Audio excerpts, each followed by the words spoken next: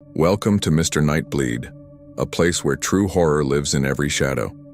The stories you're about to hear are real, shared by those who lived through the terror. So turn off the lights, put on your headphones, and prepare yourself. Because once the night begins, there's no escaping the fear.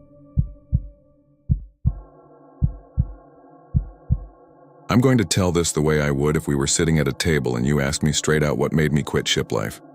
I worked housekeeping on a mid-sized cruise line for 4 contracts.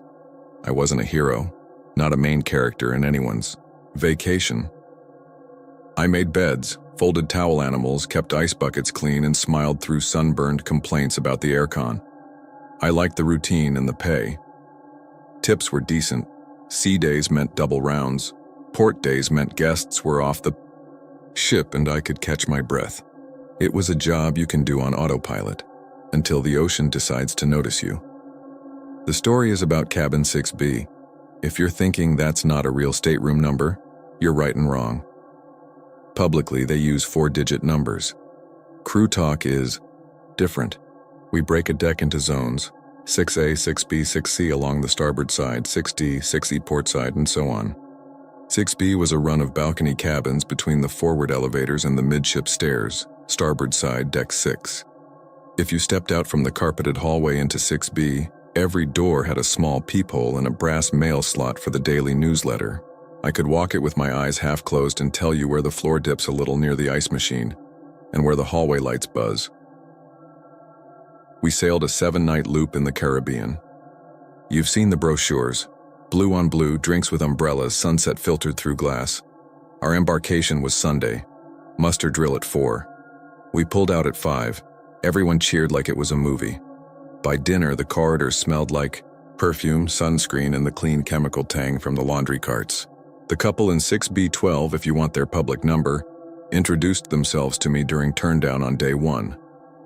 He was tall and careful with his words, the kind of guy who reads the instructions even for the coffee machine. She was chatty, hair curled from humidity, soft Texas drawl that made jokes sound like confessions. First cruise, celebration trip.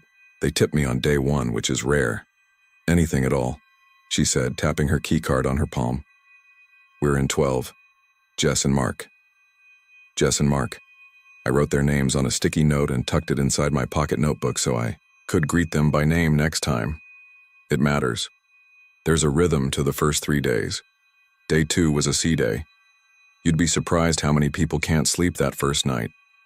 The ship moves different than they expect, like a subtle elevator that never stops. They call for extra pillows, extra blankets, extra bags for seasickness. 6B was busy with that. The hall phone kept ringing with questions about how to work the safe. I kept my cart stocked with ginger ale and crackers for the weak-stomached ones. Every time I passed 6B12, Jess and Mark, I'd see their service. Please. Magnet flipped down. They were messy but generous, the good kind of messy. 2 wine glasses on the counter, slippers under the chair, bath towels in a damp heap with those long strings of her curled hair like punctuation on the tile. It was normal. Day 3, we tendered into a small island. My shift let me escort a late return. Small perk. So I saw Jess and Mark on the tender back. Sunburn on their noses. Salt in their eyebrows. She waved at me across the boat like we were by cousins. Back on board, I turned their room while they showered at the spa. I did the standard. Sheet smooth, chocolates on the pillow, towel swan. I'm not proud, but the swan gets pictures. Balcony door closed and locked because we were still getting a stiff wind. I remember that detail because the balcony door had a sticker half peeled at the bottom corner and it bothered me. You notice small things after months at sea because big things don't change. That evening around 9, I was finishing a corridor walkthrough when the hallway speaker popped. Just a little static hiccup in the ceiling, and a woman's voice, cut through. Not the crisp voice from the bridge, not the cheerful cruise director. This one sounded like someone trying to keep their throat from shaking. Passengers, please return to your cabins. Do not open your doors. Do not look in the hallways. My supervisor, Mateo, looked up at the speaker in the crew pantry like it had insulted his mother. That's not on the schedule. He grabbed his radio. Bridge, this is housekeeping. We have an announcement on deck 6. Is that, a drill? Silence. Then the cruise director came through smooth as a sales pitch. Ladies and gentlemen, please disregard a test activation of our public address system. No action is required. Enjoy your evening. Guests laughed.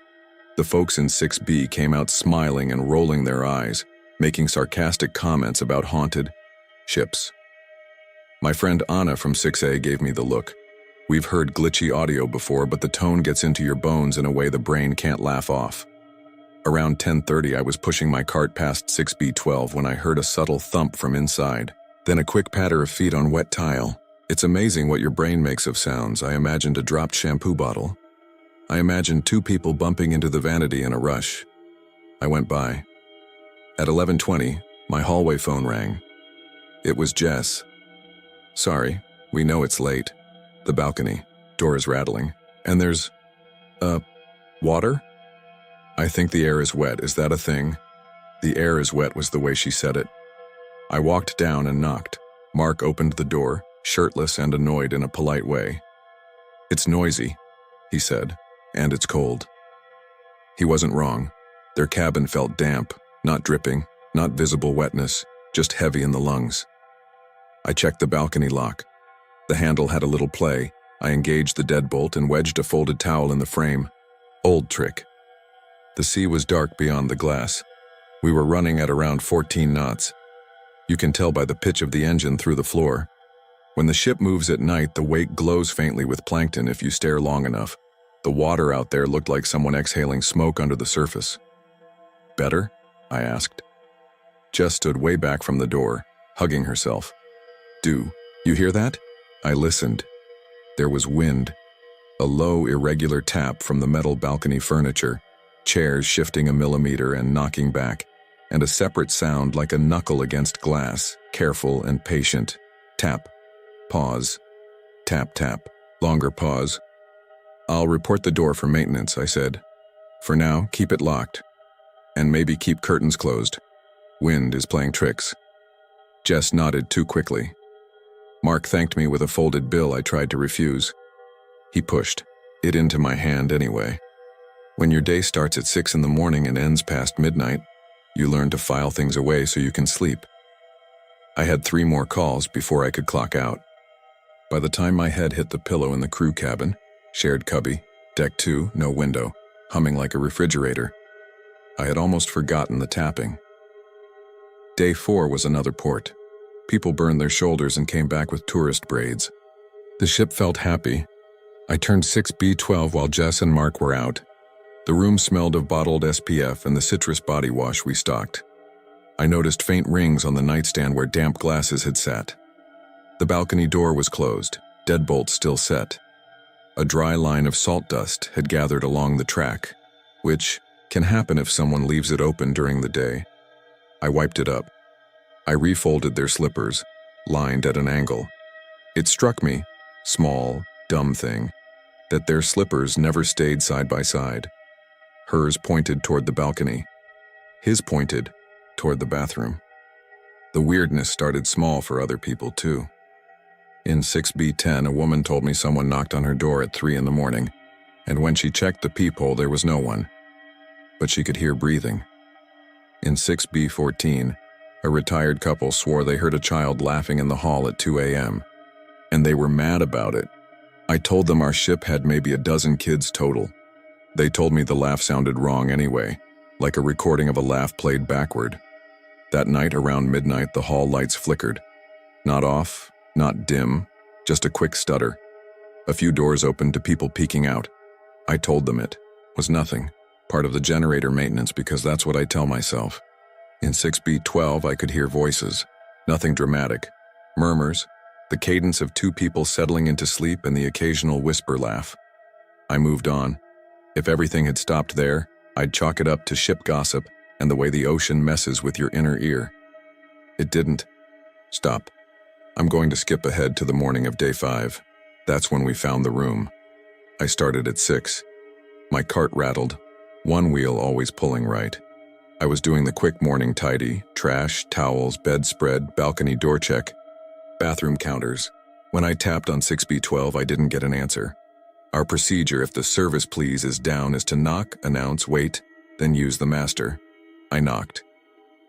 Housekeeping. Knocked again. Housekeeping, may I enter? Silence. I slid the MasterCard, felt the latch give, and pushed open the door. The smell hit first, not rot, not sewage. Cold salt and metal and something like pennies. The sheets were dark in patches, not red. Don't go there. Dark like someone had emptied a bucket of clean water and let it soak into the mattress. The duvet hung over the edge, heavy. There was a thin line of moisture on the carpet that led from the bed to the balcony door. The door itself stood an inch open, locked deadbolt still engaged like a joke. Wind pushed the curtain into the room in a slow breath. The wine glasses on the counter were empty but beaded with condensation like they'd come out of a fridge. "Hello?" I said, like an idiot, because of course I did. No answer. Bathroom door stood open. Lights off. No one behind the shower curtain. Closet open. Suitcases under the bed. Her sandals, wet. His sneakers, dry. The safe was closed. I backed out. Heart, going code orange. There's a button on our cart phones for security. I pressed it and stammered what I saw. Mateo came fast. Then Officer Ruiz, security, medium height, crew cut, the guy you want to see when things go stupid. He stepped into the room in plastic booties like we were suddenly a crime scene show. "Are they in there?" he asked. "Not in the bathroom, not in the room." I pointed to the balcony. Door was like that when I came in. Ruiz slid the glass open carefully and stepped onto the balcony. He leaned over the rail, looked right and left, then down. The ocean was not dramatic that morning. We had a ripple, not a swell. You could see the ship's wake feather out to the horizon. He looked at the glass from the outside, ran a finger over the latch, frowned. When he came back in, he took a slow look around that felt like a performance. Security has to look in control, even when control is a story you tell a crowd. We sealed the room. That means we hang a discreet nylon strap across the door and post a guard at the end of the hall so no one wanders in. We didn't make an announcement, we never do, we don't ruin vacations. The official process is methodical. You call the bridge. You check cameras. You ring the room. You page them to guest services. You check their keycard logs. The keycard logs said no one had entered between midnight and morning. The hall camera showed nothing more than me passing at 6, then Mateo, then Ruiz. The balcony camera doesn't exist. People think cameras are everywhere on a ship. They aren't. They're in the places that matter for public relations. Balconies are private, at least that's the line we give, and also expensive to rig with cameras. You could step out there and be alone with the wind, even when 2,000 souls were rubbing elbows 10 yards away. We started getting the stories within hours. Folks in 6B8 told me their daughter saw a lady with wet hair outside their balcony door at sunrise, smiling without showing teeth. People in 6B16 said they heard soft knocking from their glass, like someone was asking politely to be let in. In 6B12, sheets were taken as evidence, whatever that means, and replaced with fresh linens by a housekeeper from a different deck because I needed a break. Mateo handed me a new list of rooms to focus on. "Let security handle 12, he said. "Stay in 6C today, keep your head down." That afternoon in the crew pantry, I asked Anna if she'd heard anything about Jess and Mark. She's not the gossiping type. She stirred her tea and didn't look at me. "Officially, nothing. Unofficially?" She dropped her voice. "He was in guest services last night asking how much a ring is worth to replace if it gets lost in the ocean." "You're kidding." "They had an argument." She shrugged. "People argue." I held my tongue about the sheets. You don't want to be the one who says a thing out loud and makes it real. Night came. The hall got that quiet only ships get, where noise is distant and masked by the wide breadth of the sea. We pretend we sleep like rocks down there. We don't. Every knock on a door, every rolling suitcase, every laugh 3 inches away through a wall. You learn to sort the sounds into harmless and danger without thinking. On deck 6 that night, harmless was scarce.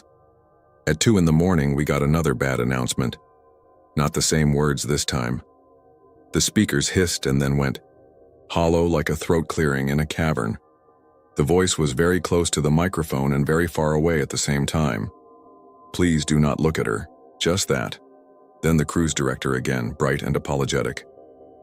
"Ladies and gentlemen, we're experiencing an audio test issue. Everything is fine. We apologize for the inconvenience." People laughed again, less sure. Someone knocked on the hall phone cabinet from the inside. Stupid kids finding the service door. Except that cabinet doesn't have an inside. It's a metal box with wires and a lock. At 2:20, 6B10 called to report water seeping under their balcony door. I went up. There was a thin, deliberate line of wet on the carpet running from the glass to the bed, then stopping, like someone had dragged a finger through the ocean and laid it on the floor. The balcony itself was dry. The glass was dry. The handle was cold. The salt smell was strong. I don't know why I did what I did next. Maybe the days stacked and my judgment was off. Maybe I believed a simple thing could fix a complicated thing. I went back to 6B12 with my master and stood there a full minute, card in hand, listening. Nothing. The strap still across the door with the little out-of-service sign. No guard at the end of the hall. He'd gone to the bathroom or been called away, and I was alone. I slid the card. The latch clicked. I stepped in. The room looked like a room again. Fresh sheets. Towel animal on the bed. Not a swan this time. Someone had made a drip of a man, the cartoon ghost kind, like a joke I didn't like. The balcony door was closed, curtains drawn. The air was cold and tasted like a coin on your tongue. There's a feeling you get when someone is standing behind you. They don't have to make noise. The heat from them, or the space they take up, pushes at your nerve endings. I turned around expecting to see Ruiz. No one. The bathroom mirror showed me pallid and blurry. The corner where the chair lives was empty. The closet was ajar, and of course I looked. Because apparently I wanted to be the idiot in the story you shout at. Suitcases, hangers, no one. I should have left. I should have closed the door and radioed security and written myself up for entering a sealed cabin. Instead, I walked to the balcony and hooked my fingers under the edge of the curtain. On ships, curtains never hang right. The tracks are old. The wind sneaks around the edges. This one quivered. I moved it aside a few inches. Outside, the glass looked black. My face stared back at me, dim and distorted by a film I hadn't noticed. Salt or maybe something smoother. Beyond that was just the suggestion of a horizon. I told myself I could open the door a crack and check the latch for damage. That was all. Professional pride. I undid the deadbolt and slid the glass a hand-width open. The wind came in like a held breath finally let go. It brought with it a sound that I only understood later, like a swimming pool heard from the drains, water, moving in heavy circles behind walls. From the corner of my eye, I saw movement just beyond the railing, not up and down like a bird, not side to side like a tipped chair. Movement that suggested someone standing on something right below, rising and sinking by inches with the roll. My hand turned to ice on the door handle. "Housekeeping," I said, like it was a password. Security asked me to check if the lock. A hand came up and set 2 wet fingers on the bottom edge of the glass. They weren't clawed or rotted. They were gray with cold and bloated like fingers that have been in water too long. The nail on the index was broken back to the quick. The hand felt for purchase like someone feeling along a counter in the dark. I pushed the door shut. It wasn't brave, it was a reflex, the way you pull your foot back when something touches it under the bed. The hand slid off the glass with a slick sound. I yanked the deadbolt. The entire glass door shook, gently. Twice. Tap. Pause. Tap. Tap. The same careful rhythm as nights before. Polite. Patient. My radio crackled. It made me jump so hard I almost dropped it. Deck 6, confirm status on the sealed cabin. My mouth didn't want to work. "This is housekeeping. I'm outside the cabin, all secure." "All secure," Ruiz repeated like he was reminding me which lie to tell. I backed toward the hall without taking my eyes off the glass. The curtain fell back into place, hiding the balcony from me like drawing a sheet over a body. The room temperature rose by 1 degree that felt like 10. I got out. I closed the door. I put the strap back. I stood there with my heart going insane and listened. The knocking didn't come again. That morning, guests gathered in little clusters near the midship stairs like birds on a wire. Everyone had a version of what happened. 6B8 swore they saw a woman standing on the water at sunrise, holding the railing with both hands and peering in. 6B16 said they saw a man lean too far over and argue with the empty air like someone below was convincing him to climb down. Security did door-to-door with a sheet of paper and a quiet smile, asking if anyone had heard anything unusual and reminding them to keep balcony doors locked at night for safety. People nodded and said sure and asked about the showtime. That's vacation logic. If you are getting on a plane, you can't think about falling. If you are on a ship, you can't think about the sea wanting you back. I kept my head down. I still had rooms to turn. No one paid me to be brave. Around noon, Ruiz found me folding towels in the pantry. He set a small evidence bag on the table. Inside was a ring. Gold band, diamond dull with cloudy scratches like it had been rubbed against stone. From the drain in 6B12, he said, behind the P-trap. Don't say where you heard it. I didn't ask if it was hers. You know a man's ring when you see one and you know a woman's. The weight difference, the way a setting is meant to catch light and be seen. This one was delicate and worn, like it had been on a finger for years, not just a honeymoon weekend. Did you find them? I asked. And my voice made me angry because of how childlike it sounded. He watched me like I was a suspect. We have procedures. I heard a knock, I said, and then stopped because I didn't want to be in that conversation. That evening, the pool deck closed early. Official reason, high winds. The sky was clear. People complained, then took their pictures in front of the sunset anyway. The whole ship turned a slow circle, and I swear, listen, you won't believe this, but it's how it felt.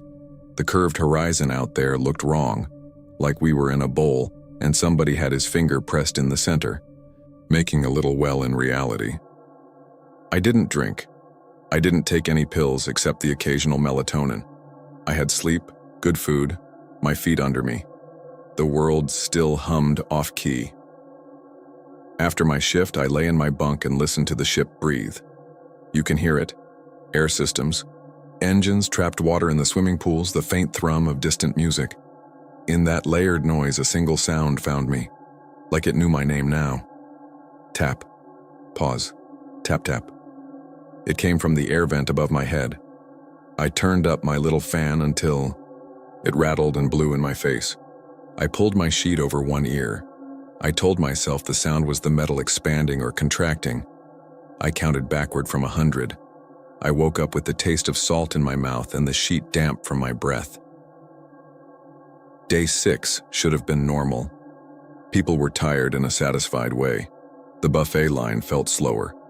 Photographers snapped last night's smiles. We were supposed to dock the next morning. I could feel land through the deck, my body ready to stop rolling for a while. I did my rooms. I avoided 6B12 like it had teeth. I took the long way around. In the afternoon, a woman from 6B18 pressed a folded towel into my hands in the hallway. I don't want this, she said. It keeps getting wet. I unfolded it later in the pantry. It was just a rectangle of white with a faint ring of damp in the center, like a head had rested there. No smell. I threw it in the bin labeled, for rags. Mateo fished it out with a frown and put it in a clear bag. Maintenance wants this. For what? He didn't answer. He didn't look like a man with answers. After dinner service, one of the bartenders told me that a guest at his rail kept staring past his shoulder at the dark windows and crying without making noise. When he asked if she was okay, she said, "She keeps asking to come in. She's polite. She says it's cold."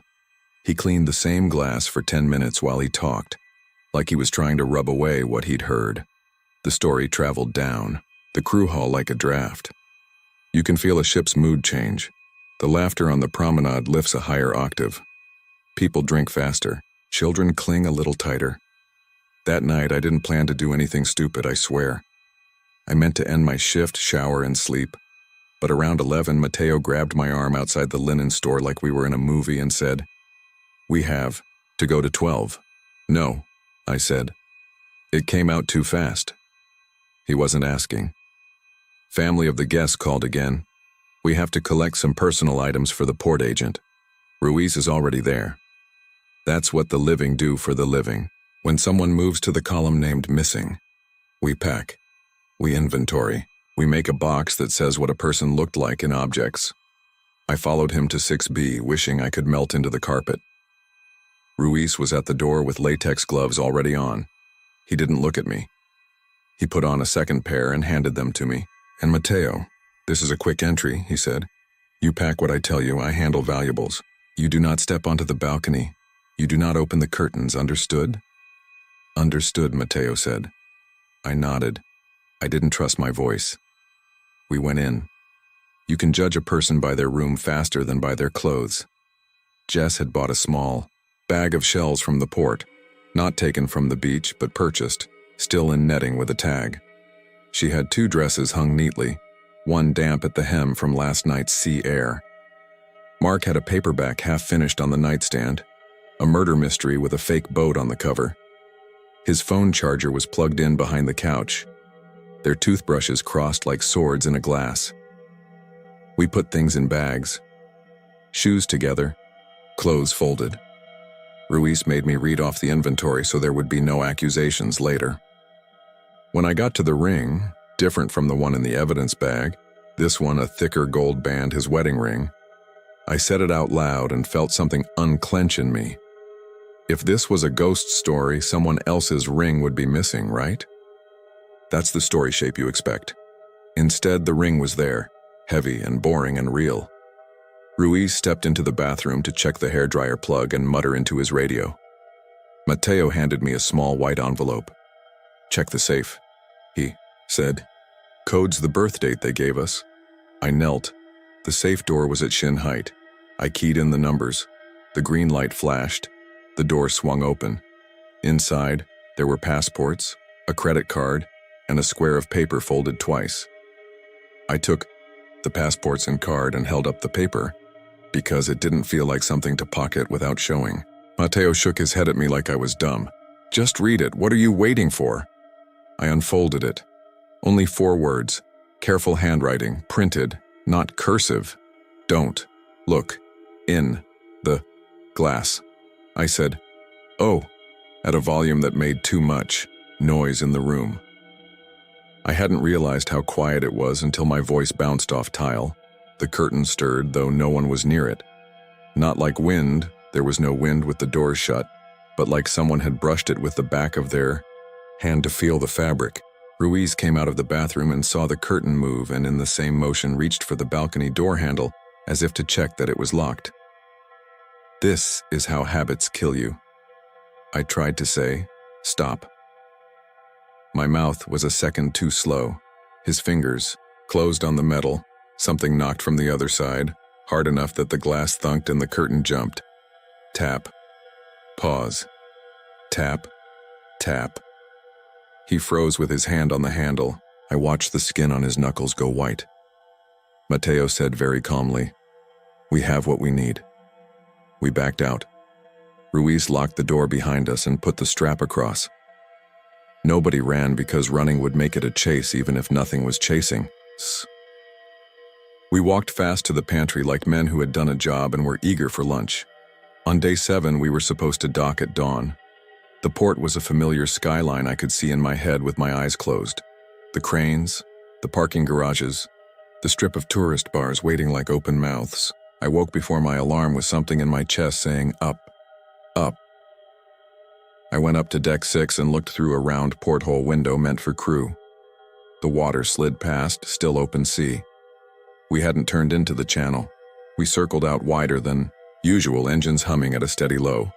People started to notice. They lined the railings, phones came out. The sun burned a pale path on the water where you expect land to interrupt it. Announcements are our safety net. No matter how bad something is, You can drag it into a cage with the right voice and put a label on the bars. We didn't get an announcement for a full 2 hours. When it came, it was the captain this time, not the cruise director. He explained there was traffic in the port. He explained we had to hold. He said we would be docking later this morning. His voice sounded very far away for a voice that lives on a ship's bones. We circled. The horizon held steady like it was printed on the inside of a bowl. A bartender set out breakfast pastries at the pool bar and then put them away because nobody wanted a croissant at 10:30 when the ship felt like a held breath. In 6B, doors opened. People stood on their thresholds like neighbors watching a storm. Someone said they could smell rain. Someone said they could smell pennies. A child pointed down the hall and said, "Why is that lady crying?" When his mom asked which lady, he turned his head and said, "She was there." We docked just after noon. The ship slid into its berth like nothing was wrong. Lines went out. The gangway extended and clanged. The recorded steel drum music played like it always does. People cheered, but not as loud as the day we left. They were tired. They wanted cars, planes, home. I worked disembarkation the way I always do, hauling suitcases, smiling at people who had downgraded their tips, guiding a lost pair of grandparents to the right exit. One of the last families off came, down the gangway with a gap in the center like they expected someone else to be there. The mom kept checking her phone. The dad kept pressing his hand to the small of her back. Their daughter told me, "Thank you for the animals," without meeting my eyes. You can carry a haunting like groceries. Balanced, quiet, heavy. After the last guest cleared, we cleaned. Turnaround is brutal and precise. We stripped beds, we swapped trash cans. We opened balcony doors to let in new air. I did not open 6B12. A port agent came with a clipboard. Ruiz unlocked the door for him. They went in together and emerged with a box. The agent didn't look like a man who enjoys his job. He didn't look like a man who ever would again. That contract ended 2 weeks later for me. I signed off and flew home and thought I would sleep for a month. Sleep didn't come easy. My apartment is far from the ocean. On still nights, I can hear the freeway if I crack the window. The first night back, the air felt dry and thin, like something who had been living in thicker air was inside me and wanted me to drink. I stood in the shower until the hot water ran cool, then turned off the tap and waited for the last drips. 6 drops fell. Tap, tap, tap, tap, tap, tap. I told myself things. I still had my work notebook. I still had the sticky note with their names. I don't know why I kept it. I turned it over and wrote 4 words I hated writing because writing them meant they were in my mouth and my hands. Don't look in the glass. A month went by. I tried to take a job at a hotel because it seemed like the land version of housekeeping would be the same. It's not. The rooms don't move, but the mirrors act like they want to. I quit after 2 weeks when I found a handprint on the inside of a shower door after I had just cleaned it. You're going to say that was my hand. Maybe it was. It didn't feel like mine. The fingers were too long and the angle wrong, like someone had leaned through the glass from the wrong side. Before I left ship life for good, I went back once for a short relief contract, 2 weeks to cover for a friend. I told myself I needed to prove something to myself. It's funny what pride looks like up close. First day back, the roster said I was assigned to Deck 6, Zones A through C. I stood in the crew corridor with the list in my shaking hand and told myself there were 100 cabins and only one that mattered, and statistically, what were the odds? Mateo saw me and clapped me on the shoulder like the past had been a long nap. They refitted 12, he said. New door, new glass, new everything. We made towel swans like the new guests hadn't seen 1,000 online. We put chocolates on pillows. We smiled with tired eyes. People are always vacationing somewhere. The world doesn't take a breath just because you can't. Sometime between turndown and midnight, the ship drifted just enough in a swell that the hallway lights buzzed. I was passing 6B12 with a stack of extra pillows when I heard it from inside, through the new glass, through the new everything. Tap, pause, tap, tap. I didn't open the door. I didn't touch the handle. I did what the note said and what common sense says and what fear says if you let it. I kept my eyes off the reflection in the black glass, and I walked. I went past the ice machine, past the dip in the carpet, past the hall phone cabinet that still doesn't have an inside but sometimes knocks back. I went down the cruise stairs and into the pantry, and I sat on a crate of folded pool towels, and I put my face in my hands and I thought about a woman with wet hair and gray fingers who is so polite it breaks something in you, asking to come in because it's cold. There will be comments if I post this where I'm planning to. People will say it was a couple who had a fight and jumped. People will say it was a maintenance leak and a lot of stressed workers making up a story to carry the shift. People will say the sea messes with your head. All of that can be true. All of that can happen at once. The ocean is big enough for the real story and the one we tell ourselves so we can go to sleep. I don't care if you believe me. Believe this part if nothing else. When you take a balcony cabin, lock the door at night. Close the curtains. Don't listen too hard if you hear a polite knock on your glass when the horizon looks like a bowl. If you feel like you're being watched, don't look back at your reflection to check. That's the trap. That's where she waits, not out, on the water like you'd think, but in the black square that shows your face with too many shadows around it. I never met Jess in the hall again. I never saw Mark. I have a ring in my desk drawer that looks like the one from the evidence bag only because rings look like rings. Some nights I take it out and roll it between my fingers and tell myself stories with happy endings. Then I put it away before I taste salt. Last month, a friend still on that ship sent me a video he shouldn't have taken. 3 seconds. Nothing dramatic. It's just a balcony at sunrise. The ocean looks like brushed metal. The glass door is closed. In the reflection you can see the person holding the phone, and over their shoulder, another shape that's not a shape, a darker patch in the darker patch, a head bent at the wrong angle like someone is reading names off the inside of the door. 2 knocks, more felt than heard. The video cuts off. He texted me, "We get that sometimes, it's nothing." I didn't answer because I can't say the thing you're supposed to say back. I can't type "be safe" like safety is an object you can hand someone, like a life jacket or a towel. I can only say this to you, stranger. If you ever find yourself in a hallway where the carpet dips near the ice machine and the lights buzz at certain hours and the ship hums like it's counting heartbeats, be kind to your housekeepers and be kind to the glass. If you hear a knock with patience in it, do not open. Don't even look. If you must look, don't look in the glass.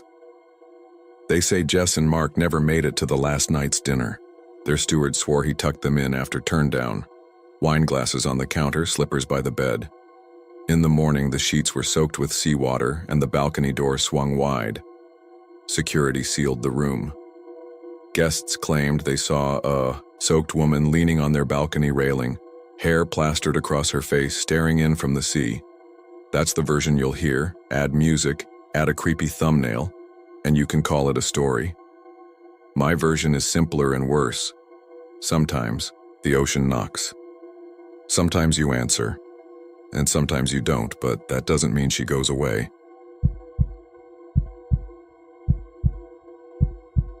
It was 3 in the morning when the loudspeakers crackled. A woman's voice, calm but trembling, said, "Passengers, please return to your cabins. Do not open your doors. Do not look in the hallways." Then silence. I was already awake. The ship had a low, constant vibration that felt like a large cat purring under the bed, and I never sleep well on the first night anywhere. We were on day 2 of a 7-night cruise in the Atlantic, somewhere between Bermuda and nothing. My girlfriend Sarah slept on the pullout with 1 foot sticking out of the blanket, toenails painted coral from the spa. The little blue nightlight in the bathroom made the cabin look like an aquarium. The air smelled like fabric softener and ocean. I lay there a minute trying to decide if I'd dreamt the announcement. Then the ceiling speaker popped again, like someone tapping a microphone, and the same voice repeated it word for word. "Please return to your cabins. Do not open your doors. Do not look in the hallways." We'd done the muster drill that afternoon, the one where they pack everyone on the deck in orange life vests and tell you about 7 short blasts and 1 long, but there had been nothing about "don't look in the hallways." It sounded like a prank, or a translation mistake. or something a company would say if they didn't want 2,000 phone cameras pointed at whatever was happening. I slid my feet onto the carpet and walked to the door in my socks. The peephole showed the corridor like a fisheye photo. The lights were on their dim nighttime setting, little bronze circles every few meters. I didn't see anyone. I didn't hear the ding of elevators or the rolling wheels of a housekeeping cart. Just that deep engine thrum and faintly water sloshing somewhere above us, maybe the pool. A knock came from the other side of our wall, 3 soft taps. I put my ear to the door and heard a whisper right at floor level. "Are you awake?" It was the woman in the next cabin over, the one we'd met in the buffet line, the retired teacher who said to call her Miss Janet, even though she was from Ohio. Earlier, she'd shown us her seashell bracelet and told us she never goes above deck 9 because the wind hurts her ears. "I'm awake," I whispered back. "Don't open it," she said through the crack beneath her door. "Please. I think something's in the hall." I was about to ask what she meant when Sarah sat up and said, "What time is it?" Her voice came thick and confused. I turned, shushing with my hand without thinking, which made it worse. "What?" she said louder. "Why are you—" Before I could answer, the ship's lighting changed. It wasn't a full power down, more like the color of the corridor, shifted to a colder shade, and every 10th light seemed to blink and catch. The red exit sign at the end flickered. Somewhere far aft, something heavy rang like a dropped wrench. The speaker clicked on a 3rd time, but all we got was a breath and a scrape of the microphone before it cut. "Okay," I said. "That's not normal." "I need the bathroom," Sarah said, pulling her foot back under the blanket like the blue nightlight would bite her. "What's happening?" "Stay here," I said. She laughed once. "Stay where? We're in a shoebox." The ship didn't stop. No alarms, no tilt, no rush of crew footsteps. I told myself, if this were real, there'd be more noise. There'd be a captain's announcement, the one with the accent and the calm tone. This was nothing. Maybe a drunk fight in a hallway, and they were trying to keep it from turning into a spectacle. Maybe a medical emergency. Maybe the security team needed space. Across the wall, Miss Janet hissed, "They said don't look." I put my eye to the peephole again. At first, I thought I saw a person standing directly across our door. You know how a peephole curves the image so things at the edges look stretched? This was like that, except wrong. The opposite wall was there. A blue-gray panel with a framed evacuation map and one of those little plaques that says the ship's name, and a cheerful, "Today's forecast smooth sailing." But the wall had a darker shape pressed along it. Not someone standing in the middle, not a shadow laid on the carpet. It hugged the wall itself, tracing the seam where the metal panels met, like a slick of oil that had chosen to stick to the vertical instead of dripping. It seemed flat 1 second and bulging the next if I didn't blink. I tried to focus. My eye watered. Then it slid, not forward, not back. Along. The shape moved down the wall the way a reflection moves when someone closes a door a few rooms away. Except no doors moved.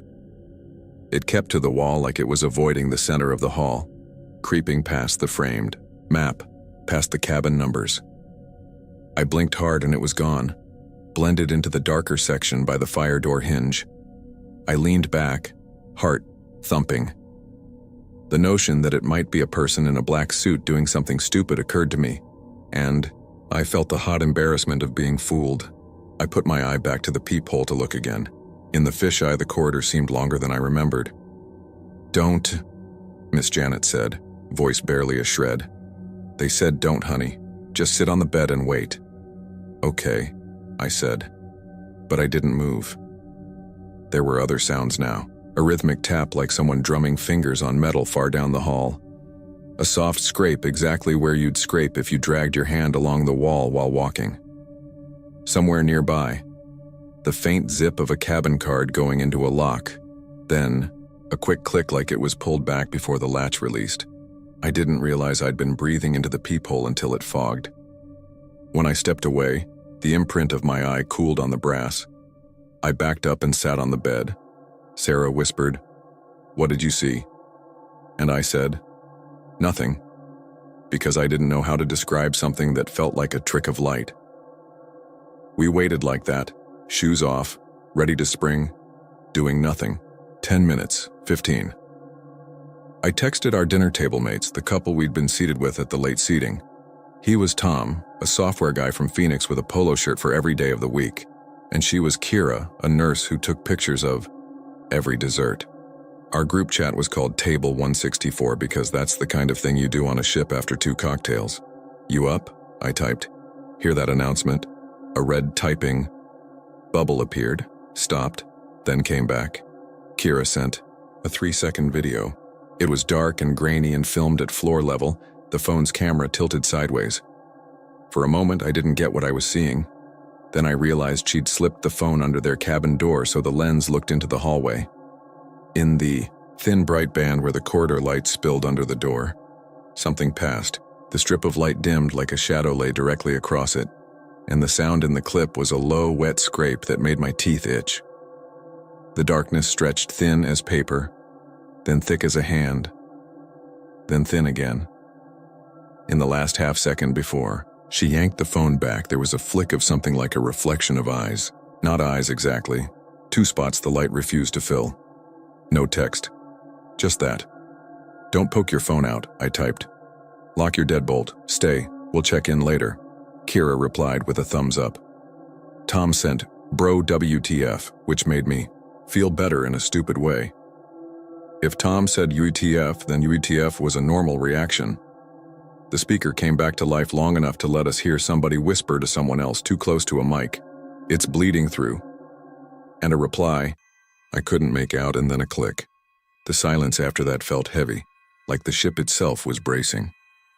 At some point I must have dozed sitting up, because the next thing I remember is the cabin phone ringing with that particular hotel ring that sounds like it should only be used to deliver bad news. I jumped and grabbed it before it woke the deck. It was a recorded message from the front desk apologizing for a malfunction in the audio system and assuring everyone there was no emergency. "Please enjoy your evening and our late-night dining options," the voice said. All that at 3:47 a.m. In the morning, everything was normal. The hallway smelled like lemon cleaner. Housekeeping carts rattled past with stacks of towels. People wore swimsuits under their shirts and balanced plastic plates piled with eggs. The central atrium had a guy on a piano doing Piano Man, and nobody threw coins. "I dreamt it," Sarah said while we ate French toast that tasted like sugar and nostalgia. That's what that was. Also, 2 mimosas helps. "I got a video," I said, and showed her Kira's clip. She watched, squinted, watched again, then shrugged. Could be someone walked by. Could be a towel under someone's door. "You know how thin those gaps are?" "Could be," I said. When we went back to the room, there were new scuff marks along the corridor wall opposite our door. Fresh paint, too. A rectangle about 2 feet high directly on the seam between panels. Was a slightly different shade if you looked from an angle. I ran my fingers over it when no one was looking. The paint was tacky. Someone had done it early. Our cabin attendant, Anil, came by while we were changing for the pool. He was polite in the way people are when they're sure you're about to complain. "Everything good? Towels? Ice?" He asked it in a practiced order. "Hey," I said. "We heard an announcement last night." He smiled without showing teeth. "Yes, sorry for any disturbance. The audio, it did a loop." He made a circle with his finger. "Was there an emergency?" "No, sir." I thought I saw. I stopped because I didn't know how to end that sentence. A shadow? A stain that moved? I thought I saw maintenance work in the hall. "Yes," he said instantly. "Maintenance. We are always painting. You know." He gestured vaguely at the ship. "Salt." "Right," I said. "Please keep your door locked at night," he added like it was part of his script. "For safety." The day rolled on. The sun burned off the hazy morning and turned the decks into a scene from a brochure. Families in sunglasses, kids with ice cream, a dad asleep in a chair as a steel drum cover of Yesterday left dents in the air. Sarah won a trivia game about movie quotes. I lost a napkin folding contest to a 12-year-old who clearly practiced. I didn't think about the night except when we passed a hallway mirror, and I noticed the way the frame left a dark, perfect seam in the wall, and my stomach flipped for a second. At dinner, we compared notes with Tom and Kira. They'd gotten the same apology call. They'd told themselves they were being dramatic. Then Kira lowered her voice and said, "I saw a woman open her door." "She didn't listen?" Sarah asked. "We didn't either, technically," Tom said. "We were on the floor with a camera like two idiots." "This was after the second announcement," Kira said. "It was further down the hall. The woman opened her door about an inch, just enough to peek. I watched her eye in the gap. She paused, looking at each of us like she didn't want to say the next part. Then she closed it. But her eye kept being there. You know how the light makes a strip under your door? I could see the bright strip under hers, and in the middle there was this little dark circle where her pupil should be, except it was on the floor. Like the shape under the door wasn't leaving. Like it was pressed right up to her threshold. "You didn't film that?" I asked. "I was frozen," she said. "Then Tom dragged me into the bathroom and turned the shower on like that does anything. It's my go-to strategy," Tom said. "Water fixes vibes." We laughed because you laughed to sand down the edge of things. Later in the atrium, the ship did its night routine. Glitter, music, the captain smiling with guests for photos. Even Miss Janet from next door was on a couch, telling a couple from Saskatchewan how she'd taught 4th grade for 32 years and how this ship had the best oatmeal cookies of any line, which I believed, because her voice made oatmeal sound like a good idea. At midnight, the casino lights spilled into the corridor as people drifted back to their rooms. We watched a movie, fell asleep to the sound of the walls breathing with the sea. I woke because my bladder is old now, and because the cabin had that stillness again, that taut string quiet like the ship was listening. 7 a.m. My phone sat, face down on the nightstand, screen no doubt watching me as much as I watched it. I waited for the announcement and told myself it wouldn't come. Then the speaker clicked and the voice, the same woman, repeated the same line, exactly the same like they'd copied and pasted. "Passengers, please return to your cabins. Do not open your doors. Do not look in the hallways." Sarah sat up, straight, and grabbed my wrist. I didn't go to the door this time. I didn't want to. The floor had a faint tremble, nothing dramatic, just enough to make the hangers in the closet tick. Far down the corridor, I heard fast feet, then the slam of a fire door as someone either ignored the rule or enforced it. A child cried for a couple of seconds and then was shushed. It happened again, that strange change in the quality of the light. The cabin stayed the same, our little blue night glow and the red standby dot on the TV. But through the door, I could feel the corridor cool. It reminded me of old schools when an air conditioner kicks on. A thin line of gold appeared at the bottom of our door. In daylight, it was nothing, the ordinary leak of light from the hallway. At night, it looked deliberate. The line brightened, then dimmed, like the ship itself was breathing through it. I stared at that strip the way you stare at the space under a bathroom stall when someone stands there. The memory of the video made the skin between my shoulder blades tighten. The strip darkened. Something moved in it, not across it, not blocking it completely. It elongated the way a shadow does when it's cast by a long arm, except there wasn't room for a person between the door and the wall, and it didn't have the shape of any arm. The darkness was thin and uniform, like a ruler laid on light. It paused at the center of our threshold. The door's deadbolt felt like a joke suddenly, like a polite barrier, not a real one. "Bathroom," I whispered to Sarah, and we moved, trying not to make the mattress squeak. We closed ourselves into the tiny bathroom, where a shower and toilet compete for space with a trash can, like two kids stuck in an elevator. We sat on the floor. The fan hummed. I pressed my chest to my knees. On the other side of the bathroom door, the cabin door rattled softly. Not banging, not turning the handle. The metal vibrated the way it does when someone runs their fingernail above the lock. It traced along the door frame. The vibrations came to rest near the latch. The lock clicked once, and then again, as if An invisible housekeeper tried the handle out of habit and then remembered themselves. The little blue nightlight buzzed once, brighter, then went back to its weak fish tank glow. I have never wanted so much to look.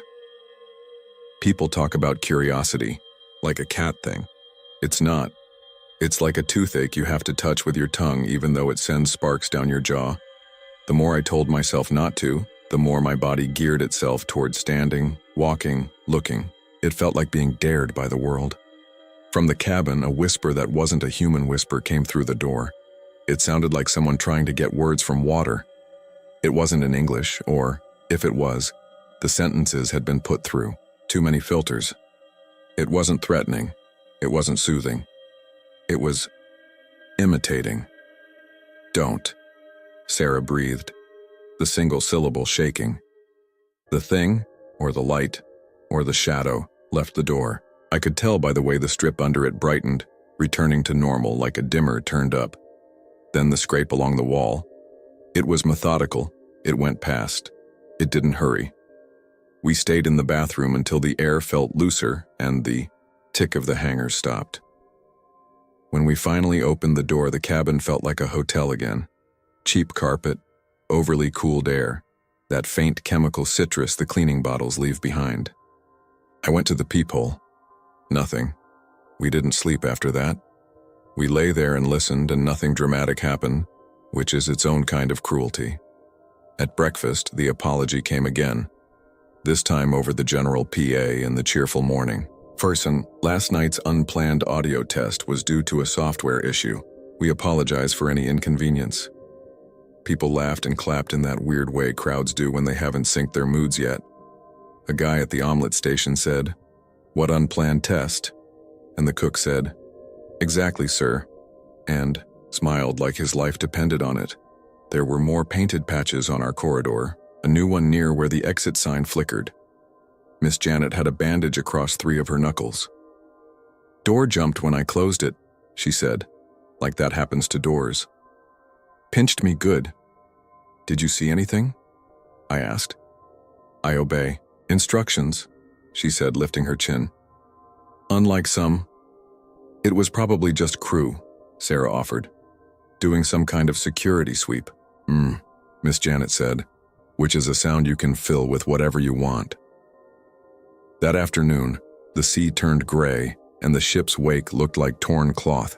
The party band played to 6 people. The casino was full.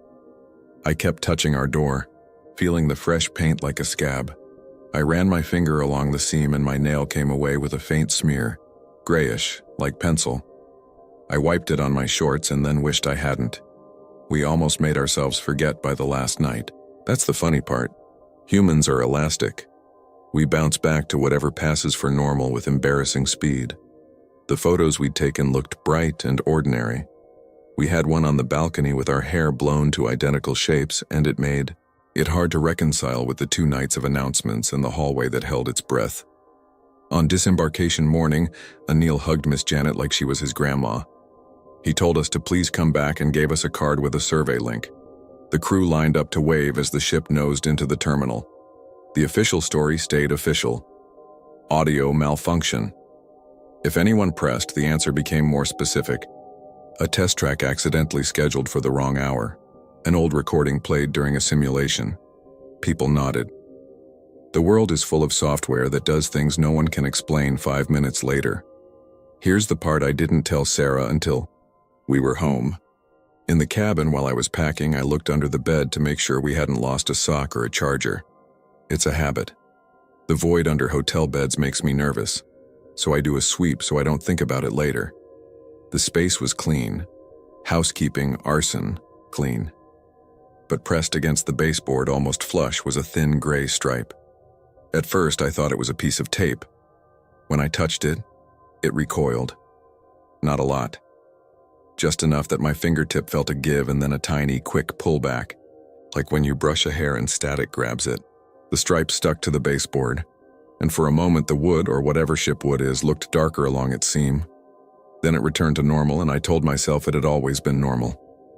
I wiped my finger on a towel and packed on top of it, like weight matters to the universe. Back home, Land legs returned in 2 days. That strange sensation of the couch rolling under me went away. We showed photos to friends and texted Tom and Kira when we missed the unlimited desserts. I told the hallway story to a couple of people in a jokey way, and they laughed in the right places, and I felt stupid halfway through. And I said, "Anyway, it was probably a security thing. Don't open your door at night. Lesson learned." The thing about a strange night on a ship is that it's almost designed to be dismissed. You put it in a drawer with jet lag and time zones and that constant bass note of machinery. You tell yourself you were tired and dramatic. You say the word cruise brain like it's an excuse for believing a magic trick. 2 weeks later, I woke at 3:03 a.m. with the exact feeling I had in the cabin. The quiet weighing on the room, the hum that wasn't a hum, the sense that the space outside the door had become taller by an inch. We live in a narrow apartment with a long foyer. That night, the streetlight through the window made its usual bars on the wall. The refrigerator clicked and cycled. The radiator ticked once. I didn't move. I didn't need to. From the hallway beyond our bedroom door, the same woman's voice came soft and close, as if the speaker were nailed to the wood. "Passengers, please return to your cabins. Do not open your doors. Do not look in the hallways." I didn't wake Sarah. I didn't text anyone. I stared at the thin strip of light beneath our bedroom door and told myself it was the same as always. I told myself, do not look, and for once the little stubborn part of me that likes to touch a bruise did what it was told. Something pressed itself along the outside of our door. I didn't see it, I felt it. The strip dimmed. The wood creaked, not from weight but from attention, which is a stupid word for a door, but it's the only one. It moved on after a moment, slow as a thought you don't want to finish, tracing our hallway, faintly dragging its flatness along, the walls like a fingertip a mile long. My phone lit up with a notification I didn't read, and the light on the nightstand made a bright square on the ceiling. The shape of the room stayed. The corners stayed. The fan whirred. The bed was a bed. I kept my eyes on Sarah's shoulder and counted my breaths and let the thing do whatever things like that do when they are acknowledged by not being acknowledged. Eventually, the refrigerator hummed again. The morning trucks began their distant upshifts. Our bedroom door looked exactly as doors look. When I stood, my legs shook from being still too long. I opened the door at 6 a.m. exactly, like that was safer, and found nothing in the hallway except the where we keep our shoes and a faint smell of rain from the night. If you're waiting for the part with a face or a body or a chase or a scream, I don't have it. I have paint patches and a video of a light strip going dark and a voice on an intercom telling me not to look at something that moves in a way I don't have words for. I have a little smear on the corner of our closet baseboard that looks like scuffing, but doesn't come off with a magic eraser. I have messages from Tom that say, LOL remember, and from Kira that say she wakes up at 3 now for no reason. And I have the quiet knowledge that if someone tells you not to look in the hallway, it's not always a trick to keep you from filming a security incident. Sometimes it's the only instruction that makes any sense at all. Every now and then, around 3, I hear the building settle and the water in the pipes shiver. I stay on my side of the door. I keep my eyes on the plain parts of my life, the ones that stay the same shape in daylight.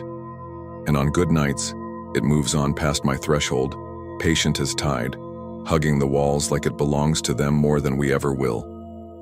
On those nights I breathe and wait and don't look, and in the morning I tell myself a software error can follow you home if you let it. And then I go make coffee and act like a person you should take seriously. The only time I broke the rule was last week when I walked out in the afternoon with the mail in my hand and noticed the tiniest line along the hallway paint at the seam where 2 panels meet. It was nothing. It was a hair from the upstairs dog. It was a trick of sun. It was absolutely nothing. I reached out with my fingertip because human beings are unreliable animals, and I touched the seam. It felt warm.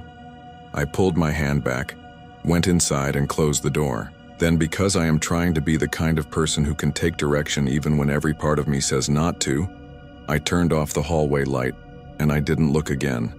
Not that day, not that night, not when the phones and the refrigerators and the radiators and the city itself agree to be quiet for a minute, and the world says in a voice you recognize exactly the same as it did on Deck 9.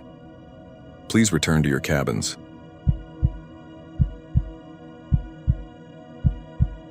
I didn't think weird things happened on cruise ships. Not the real kind. Annoying things, sure. Kids running in the hall, parents yelling at them, people hogging deck chairs with towels. But not the kind of thing I'm about to describe. If you're expecting ghosts, I don't have one to give you. I have something worse, something that sits in front of you, wears your clothes, and smiles like it's learning to do it. This was March of this year. 7 nights, Western Caribbean, my parents' belated anniversary trip. They invited my sister and me, plus our spouses. My wife Lena was excited about the comedy shows in the spa. I was excited about not opening my laptop for a full week. We flew in, took the shuttle, rolled our carry-ons up the gangway with a couple thousand strangers. The terminal smelled like coffee and sunscreen and floor cleaner.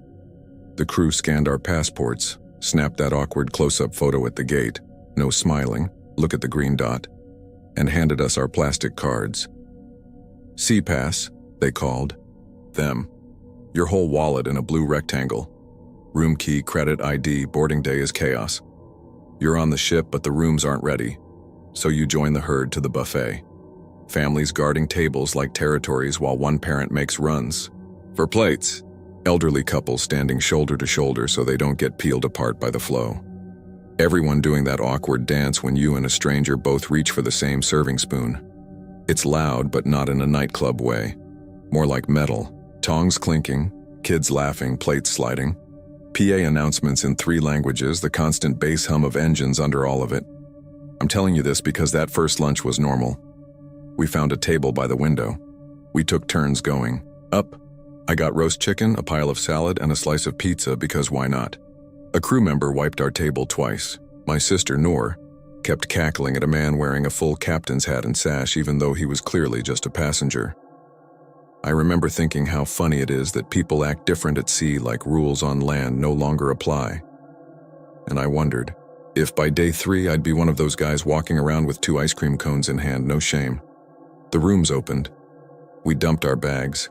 Our cabin steward introduced himself as Arnell, a small Filipino guy with a quick smile and a way of standing that made me want to stand straighter. He asked our names once and never forgot them again. Muster drill, sail away party, the usual. That night, the dining room. We had a table for 6 by the railing on the 2nd level, so you could look down at the lower floor and watch the waiters parade baked Alaskas with sparklers like it was still the 90s. Our server called me sir, and then, after I told him my name twice, started calling me Amar. Close enough. The next morning, day 2, we were still normal. We did trivia. We lost hard. We laid out on deck 12 and got burned. That night, the comedian made one joke about mustard that had my dad wheezing. I'm laying this out because I need you to know what regular looked like for us. The first odd thing happened on day 3 at breakfast. We hit the buffet a little late, like 10:15 a.m., the tail end of the rush. The line for omelets was wrapped back past the fruit station. I was wearing this navy jacket Lena hates because it sheds lint on everything, and a plain gray cap with a small logo on the side. I stepped into the line for eggs anyway because I'm stubborn and stupid. Before coffee, I stood there for a minute behind this couple from Ohio. The guy had the shirt, and I turned to say something to Lena. We could just sit. I'll come back for eggs. And that's when I saw him. He was 3 people ahead. Same navy jacket. Same cap, same logo, same shoulders. Same little scar on the back of the neck where a barber nicked me in high school and it never fully faded. He didn't turn. He didn't need to. I saw the side of his face reflected in the glass sneeze guard. I saw my own profile. Imagine catching a glimpse in a window and realizing the person you thought was a reflection is standing on the other side of the glass. I froze. There's no other word for it. The line crept. The chef called, "Next." The couple from Ohio moved. I took a step and then didn't. The not me reached the front. He didn't order anything. He held the tray the way I hold things. Thumb up on the rim, fingers curled under like it's a basketball you don't want to smudge. He looked down at the steam rising from the pans. And then he smiled. Not at the food, not at anyone. He just smiled, like he'd seen something funny no one else saw. Then he set the tray down, turned left, and walked out of the line. "Hey," I said to Lena too loud. "What?" I looked back. He was gone, or I'd lost him in the hats and visors and kids on tiptoes. I felt stupid, like I'd mistaken a stranger for me, which isn't a normal mistake. "Never mind. You okay?" she asked. "Yeah," I said, and made a joke about the omelet line at sea being longer than the queue for a free concert on land. The joke wasn't funny, but saying it made my voice sound normal again. I blame sleep, and sunlight, and the way ships mess with your sense of place. Water in every direction, and a building that never stops humming under your feet. That's the story I told myself while we ate. That's the story Lena bought because I sold it like I believed it. But the day kept putting little cracks in that story. At noon, we found a card in the door. "Guest Services has a question about your account. Please stop by." The line at Guest Services was like the DMV had a baby with a luggage store. The woman at the desk took my card, typed, frowned. "It shows a charge for 3 margaritas at 11:02 a.m. at the pool bar," she said politely. "But it also shows you used your card to unlock your room at 11:03 a.m. Which one is wrong?" I asked, trying to remember where I had been. In our room, grabbing sunscreen. I had definitely been in the room at 11:03 a.m. I had not ordered margaritas at 11:02 a.m. I don't drink that early on land or water. She smiled the trained smile of someone who has heard it all. "We can remove it if you didn't purchase them." "Thank you," I said. "Out of curiosity, do you have cameras?" I felt stupid asking. Of course they had cameras. It's a floating mall. "Like, does it show who ordered it?" She tapped a few more keys. "It shows your name was used to sign, but I can remove it." "Can I see the signature?" "We don't," she began, and then her eyes flicked up like she was looking at my forehead where my CAPS logo sat. "You know what, we'll just remove it," she typed. "Done. Enjoy your day." That was the first time I felt it, not fear. Fear is sharp. This was more like the steady push of a hand pressing on your chest. Not enough to hurt. Enough to remind you something is there. We spent the afternoon off the ship at the port. We did the t-shirt shops. My dad haggled and overpaid anyway. We came back, napped, dressed for dinner. Normal again. Maybe the bartender had typed the wrong cabin number. Maybe the card readers were glitchy. I didn't bring it up. At dinner, the new waiter, ours had the night off, kept calling me sir and avoiding my eyes. I chalked that up to shyness until he said, "Back again? We got you the table you asked for." He gestured to the same table we'd had the night before, which was the table we had every night. I laughed. "Thanks," I said, and assumed he meant my parents had thanked him earlier. Then he said, "No ice in your water this time, right?" Which is a small detail I had actually told him the night before. Ice hurts my teeth. But he said it the way people repeat back something that went badly. Like he'd gotten it wrong once already that evening. "Right," I said. "No ice." I looked at Lena. She raised her eyebrows. I let it go. We ordered. We ate. The food was fine. The ship rolled. The dining room lights were dimmer than usual because it was formal night and they want you to feel fancy even with hundreds of people around. The head waiter came by, did the "How's everything" song, and then patted my shoulder. "You got the jacket cleaned fast, sir," he said with a smile. "Curry sauces are unforgiving." "What?" I said. He blinked, then laughed. "Ah, never mind. I mixed you up with someone else." He walked away. I looked down at my jacket. There was no stain. There had never been a stain. The curry was on the appetizer list tonight, not last night. If the day had ended there, you'd tell me I was just piecing together coincidences. Maybe I had a familiar face and a common jacket. Maybe 2 people had my name. I'd agree with you. I would have agreed with you all the way through the show we went to after, where the mentalist guessed a guy's childhood dog's name, and everybody clapped like they hadn't all told him their favorite animals on the way in. But that night, just after 3 a.m., someone knocked on our cabin door. 3 quick taps. Not loud, the kind you'd use for a sleeping kid's room. I woke to that, and to the sound of Lena breathing slow beside me. I listened. Another set of taps. I slipped out of bed, padding around the suitcase someone had dragged in front of the closet. I checked the peephole, no one was there. I know how that sounds. I stood there, eye pressed to the fisheye glass for a full minute. Nothing. The hallway was empty. I decided it was kids, or some drunk stumbling to the wrong deck. I started to turn away. That's when, through the peephole, I saw something move. Not a person. The light above the door across from us flickered, and for a second the brushed metal plaque on it reflected me.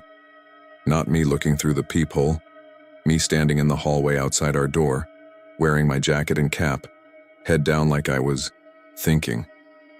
For a second I thought the peephole was reflecting me from inside, but the angle was wrong. The man outside looked up. I didn't see his eyes.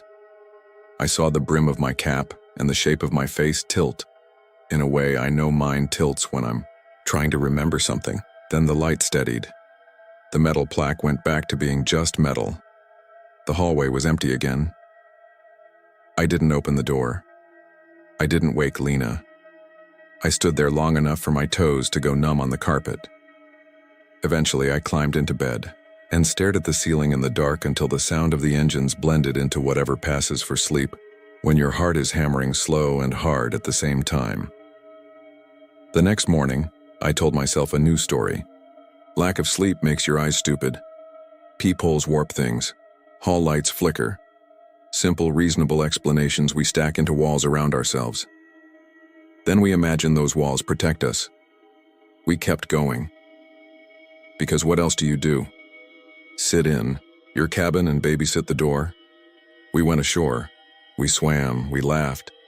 We paid too much for photos with parrots that weren't impressed by any of it. By midday, I honestly felt okay again. The ship felt like a hotel again, not whatever it had been at 3 a.m. That afternoon, as we walked back from the theater, Arnell stepped out of a service door with a bag of clean towels and said, "Sir, you left your hat by the soft serve machines." He held out my cap. "Thanks," I said, taking it. It was my hat, same small logo, same sweat sheen at the band, but I hadn't worn it since breakfast yesterday. It had been on the dresser all day. I knew because I'd lifted it to find my sunglasses that morning. I started, then changed course. "Where was it?" "On a chair," he said, "by the window after lunch." I looked at Lena. She looked tired. "We never went to lunch," she said. "We ate in the dining room." Which we had because my dad wanted to try the pasta bar and then complained the sauce was too saucy. "Must be someone else's," I said, and set the hat on the dresser while trying to think of a way to check if it was mine that didn't make me sound insane. I went to the bathroom, closed the door, and took my hat off the hook inside. My cap with a faint scratch I'd put on the underside of the brim with a key years ago so I'd know it was mine if it got mixed up. I flipped the brim. There was the scratch. I came out and flipped the brim on the hat on the dresser. There was the scratch. "Maybe you bought two of the same hat sometime," Lena said. She meant it gently. I laughed like it was possible. In my chest, that hand pressed a little harder. By now I was looking for him, in reflective glass, in the polished elevator door that always had fingerprints right at kid height, in the stateroom numbers that had a shine if the hall light hit them just so. I told myself I was looking to prove nothing was there. That's the lie you tell when you're actively hunting a thing you don't want to find. Near sunset on day 5, I did find him. Not in a reflection, not as a rumor. In front of me. The buffet was quiet then. Pre-dinner lull. A few people picking at dessert so they could pretend they'd only eaten one dinner that night. A woman studying the gluten-free sign like it was a religious text. The soft serve machine coughing out swirls into cones that were taller than dignity. Stood at the end of the hotline with a tray. The lights under the pans made his face look a shade warmer than it was. He wore my jacket and cap. He held his mouth the way I do when I'm thinking about nothing in particular. That neutral not smile that you can turn into either a smile or a frown depending on what the next person says. He didn't take food. He watched other people take Food like he was learning how it worked, or like he'd known once and was rehearsing the steps. A crew member passed with a cart stacked with plates and said, "Excuse me, sir," and he stepped aside the way I step aside, with my left foot. "First, wait forward, excuse me," I said. My voice came out higher than I wanted. He turned. I say he. My chest says I turned. Both feel true, and writing that makes me feel stupid and scared at once. Up close, the differences were not differences. The scar, the little dent, on the cap brim from where I'd shoved it into a backpack too fast once. A faint sunburn under the stubble. The exact same misaligned eyebrow hair that never sits flat unless I wet it. It's a weird thing to fixate on in the moment, but I grabbed it. Okay, that hair is mine, so this is me, so he is. What? The word I won't type. You know the word. I knew it too and kept not saying it, like not giving it a name would make it less real. "Hey," I said, "where did you get that jacket?" He smiled. It reached his eyes, but not by the path a smile is supposed to take, like he'd mapped the route and traveled it efficiently. "Buffett's closing soon," he said, in my voice. That flat, slightly nasal thing I hate hearing on recordings. I glanced around, panicking at the sudden need to make another human verify this, to tether me to reality. The woman with the gluten-free sign was gone. A kid was dragging a chair, making a scraping sound that felt like it went directly into my teeth. The crew member with the plates didn't look up.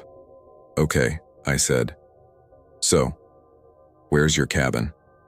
Instead of answering, he lifted his tray, empty, and mimed setting it down. He gestured with his chin toward a table by the window, a table where a jacket and a hat were draped over the back of a chair like someone had saved the spot and walked away. The jacket was my jacket. The hat was my hat. The ones Arnell had given me. The ones sitting on our dresser. I know how that sounds. I'm writing it anyway. "I don't understand," I said, because that's what people say when they understand too well and need a couple more seconds of not understanding. He waited, not patient, not impatient. Just there. A presence the room had to account for, like a pillar or a piano. He smiled again, smaller. I took a step forward. The tray in his hands tilted to the left like mine always tilt when I forget to correct for the ship's roll. "Mister," a voice said behind me and a hand touched my elbow. I flinched so hard I probably looked guilty.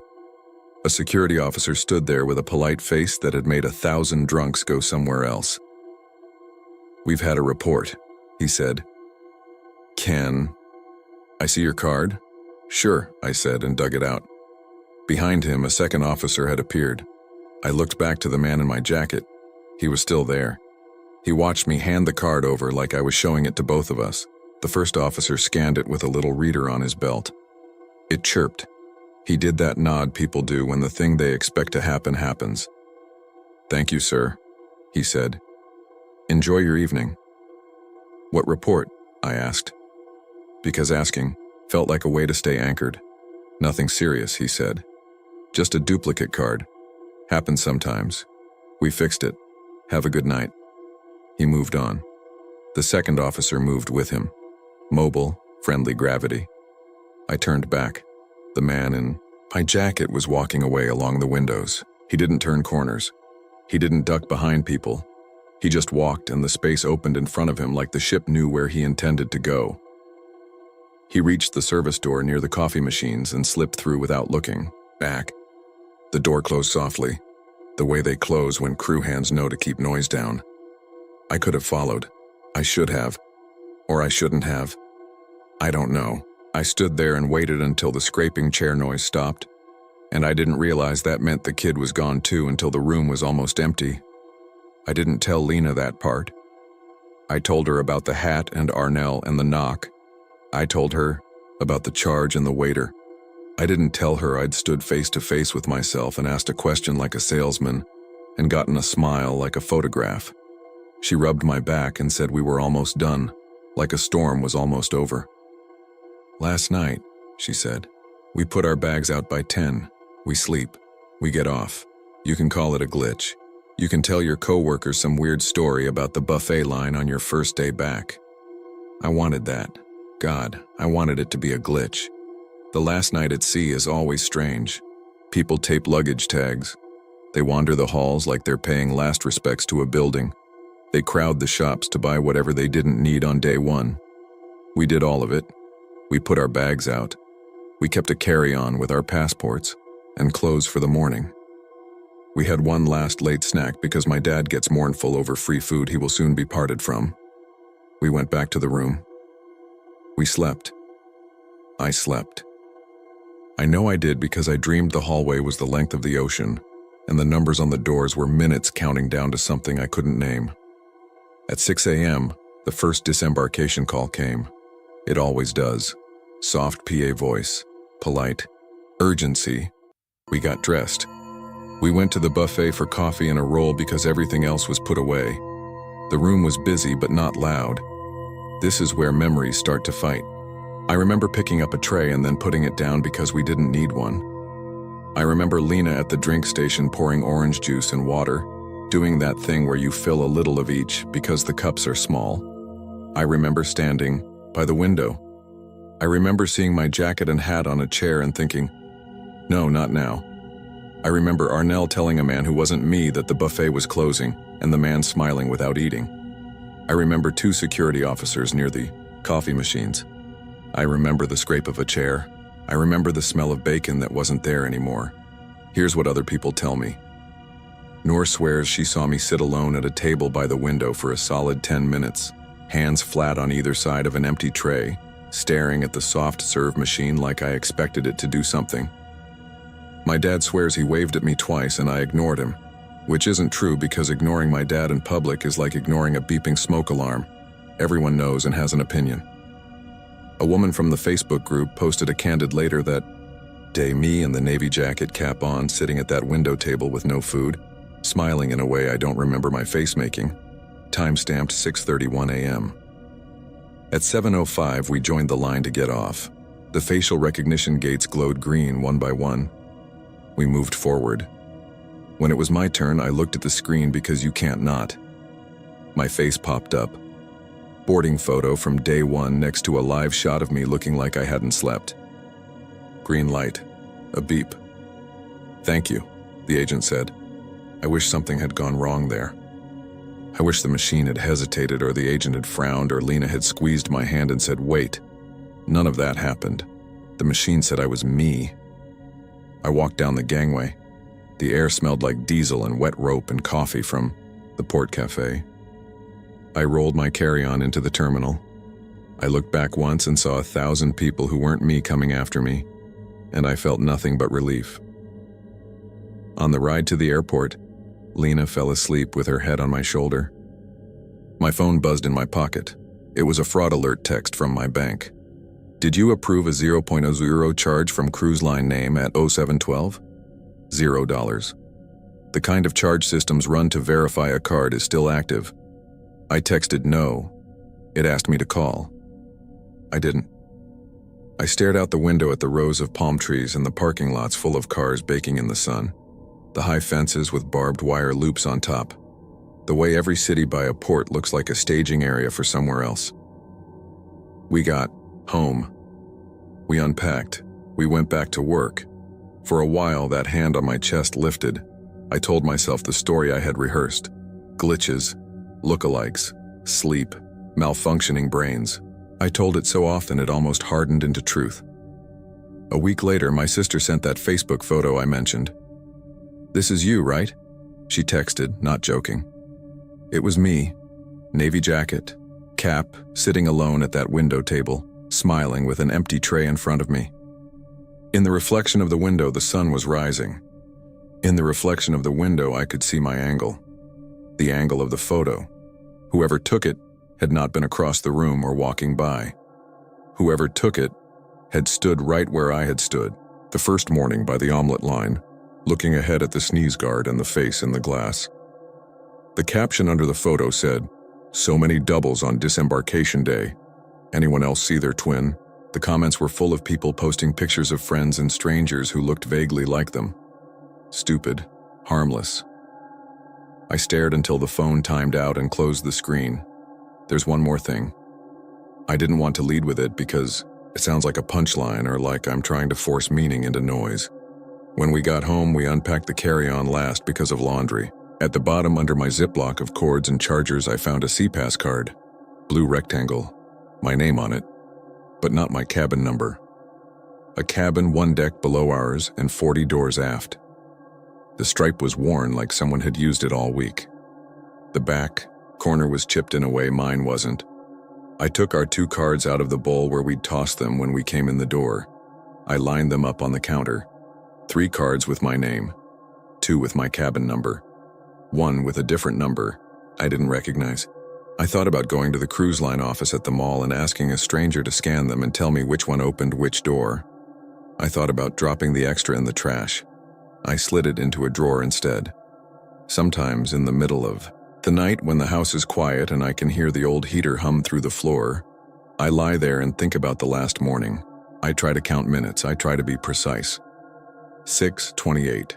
Lena pours juice. 6:31. Noor's photo. 6:40. Security near the coffee machines. 7:05. Green light. 7:12.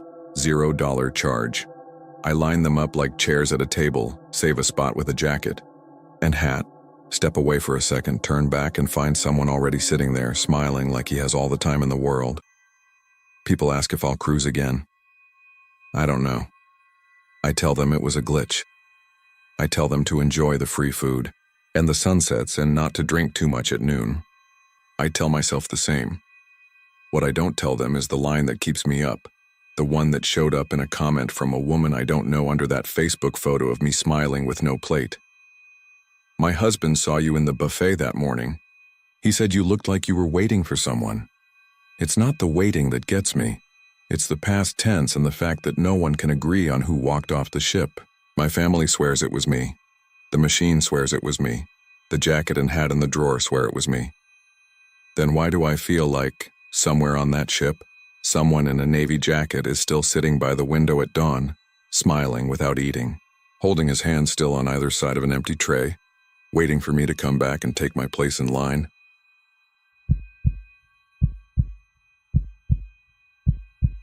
I don't want to name the cruise line because I'm pretty sure the paper I signed at guest services would come back to bite me. I'll say this much. It was a big white ship that left from Miami the first week of June, 5 nights out and back, with stops at Nassau and somewhere they called a private island, which is really just a fenced-off beach with branded hammocks. It was me, my wife Leah, and her younger brother Ben. I sell printers and labelers to warehouses. Leah teaches 6th grade. Ben is between jobs, he says, figuring things out. We took an inside cabin midship because it was the cheapest, and because the YouTube video said you sleep better without a window. That was true for the first 4 nights. If you've never been on a cruise, the first day is like holding your breath and buying into a game show. Muster drill, lifeboat stations, a bartender who knows everyone's favorite drink in 5 minutes, a cruise director yelling into a mic while people dance around a man wearing balloon antlers. The air smells like sunscreen and fries and something floral they must pump through the vents to hide the diesel and the ocean. There's a pool on the main deck, a kiddie splash area, and up one more flight, an upper pool deck with a smaller pool and a hot tub that's mostly for adults who want quiet. The ship's map called it the sun deck. It's where Leah and I went to eat pizza at midnight and count satellites. It wasn't crowded up there, just a few couples and a security guard who walked his loop like a metronome. We met a kid the second afternoon. His name was Milo, maybe 8, maybe 9. Skinny, buzz cut, one of those kids who's always damp from running. He played ping pong alone with 2 paddles, smacking the ball so hard it kept bouncing off into the walkway. His mom was nearby on a lounger, dark hair in a braid, a book in her lap. "Say sorry," she'd call every time the ball shot under someone's chair. "Sorry," Milo would shout, meaning it, dashing after the ball with that little kid grin like he knew you couldn't possibly be mad at him. Leah started chatting with the mom, Marisol, and because cruise friendships are made of proximity, we wound up sharing pizza with them later. Marisol was a nurse from Tampa. She said she hated how crowded the main pool was. "That upper one is heaven," she said. "Milo likes to swim there after dinner. Fewer big kids dunking him." She smiled tiredly. But he runs. When he gets excited, he runs. Little things about the water started to feel off on day 3. I'm not making a grand claim. Ships move, water moves, but even in dead calm, the pool on the main deck sloshed too hard, like a bath when a kid jumps. I saw a lifeguard glance at the surface with a weird look, as if the motion wasn't matching the roll beneath his feet. In the elevator lobbies, the air was damp enough that your forearms felt sticky, and sometimes I heard water glugging through a wall even when there wasn't a bathroom on the other side. Our cabin bathroom faucet turned itself on twice during the night, just a thin, steady stream. Ben joked that the ship was hydrated and thriving. Night 4, we were at the comedy show when the lights flickered once, long enough for the crowd to go, ooh, then back. No big deal. Later, walking back to our cabin, a housekeeper, his name tag said Felix, was kneeling by a utility closet with 2 towels rolled into sausages at the bottom of the door. He had a mop handle wedged under the knob to keep it shut. Sprinkler? Issue? I asked, because people ask dumb small talk questions on cruises. Felix looked up, water beads on his eyelashes. Just air, he said. And then, almost as if he was correcting himself, just steam. He didn't make eye contact again. When we passed that closet 2 hours later, the towels were brown and swollen and heavy like they'd been pulled from a lake. None of that was why they chained off the upper pool deck on night 5. The chain was blue plastic, same as they used to block the kids' club after hours. The sign said maintenance in 3 languages. 2 security guards stood at the bottom of the stairs and a crew member at the top, where the stairs opened onto that quiet little pool.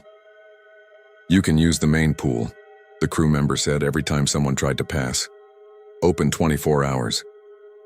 He smiled without any teeth in it. We were coming out of the pizza place around 11. Leah wanted to sit up there and look for lightning on the horizon. Ben was texting a girl he'd met at karaoke. We'll just walk up and peek, Leah said. And we did. And that's how we found the chain and the guards and a small knot of curious people collecting like lint on a vent. People love a closed door. I heard a woman say, I was just up there an hour ago and it was fine. And a man say maybe someone puked in the pool. You could feel the ship's engines more up there. A thrum through the stairs that made your knees tick. Go around the other side, someone told us quietly. I turned. It was the bartender from the afternoon bar, the one who did the bottle, Flips, Mateo. He was out of uniform in a gray hoodie carrying a backpack. They're not letting anyone through, he said, but you can see from the midship stairs if you look up. He kept walking, not waiting to see if we listened. We drifted that way because we're those people. The ones who watch a fire truck pass and then stroll the block hoping to see a hint of smoke. At the midship stairwell, people had already found the viewpoint. You couldn't see the pool, not directly, but you could see the glow from the deck lights. And the movement. Movement is the wrong word. It was like the light itself was bending. You know how water ripples through sunlight on a ceiling? It looked like that, except the ceiling was open night sky. The shine stuttered above the blue edge of the glass windbreak and made a halo-shaped shimmer in the air, as if something invisible were pressing against it from below. A woman next to me clapped a hand over her mouth. Do you see that? She said. What is that? Leah squeezed my fingers hard enough to hurt. Somewhere above, there was a slap, a flat, hard sound like a belly flop, but the kind that would soak you. No water came down. The shimmer swelled and then settled. Security radio chatter crackled down the stairwell. I don't know those codes, but I know the tone. Clipped, fast, someone trying to sound calm and not quite managing it. Another guard trotted up with a thick bundle of towels in his arms, as if towels could fix whatever that was. That's when we heard the screaming. It started below us, on the deck where the chain was. Milo!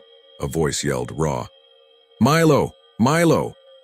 It was Marisol, and it took me half a second to recognize her voice without the tired smile. She ran up the first flight fast enough that the security guard had to brace both hands on the railing to stop her. He kept saying, ma'am, ma'am, and she kept trying to go around him, and she was barefoot and her hair slapped her shoulder with each breath. He ran ahead, she said, gasping. We were just on the main deck. He said, He wanted to go up where it's not crowded. He was right in front of me. I saw his shoes. Ma'am, the guard said firmly, please come with me to guest services. He glanced up the stairs at the other guards. The radios were just a steady hiss now. We'll find him, he said. Please. Went down a step without knowing I was going to. We'll help, I said before Leah tugged my sleeve. Tom, she said, a warning in my name. The guard gave me the kind of look men give other men to keep them out of trouble. An eyebrow that said, not now. Marisol's mouth trembled.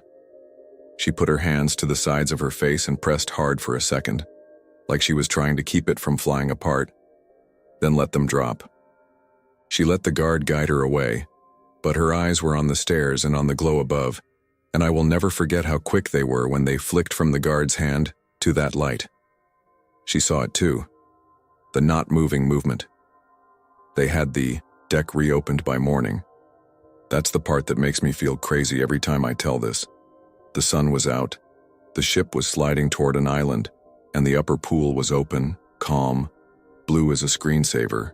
There was a lifeguard in a red shirt, a maintenance guy checking the skimmer basket with a hooked pole, and an old man in sunglasses doing slow laps with his hands cupped like he was holding water back. No signs, no chain, no one even mentioned. The closure when the cruise director did his perky announcement at breakfast. We apologize for last night's brief interruption of service in certain areas due to scheduled maintenance, he said. Scheduled maintenance. At 11 p.m., with 3 security guards and towels. Leah kept scanning faces all day looking for Marisol. We didn't see her at the pool or the buffet or the show that night. Ben asked guest services when we were down there to ask for extra pillows. The girl behind the desk was kind and practiced. We don't disclose guest information, she said like she could say it in her sleep. Is there anything else I can help you with? Ben started to say, she's our friend, and I tugged his arm because her face had dimmed the way people's faces do when they've hit the part of their script where they say no. Here is the part I don't know how to make anyone believe. I haven't said this to anyone except Leah and Ben, and they are the only reason I know I'm not just making it up to fill the blank spots. But I didn't dream this. I wasn't drunk.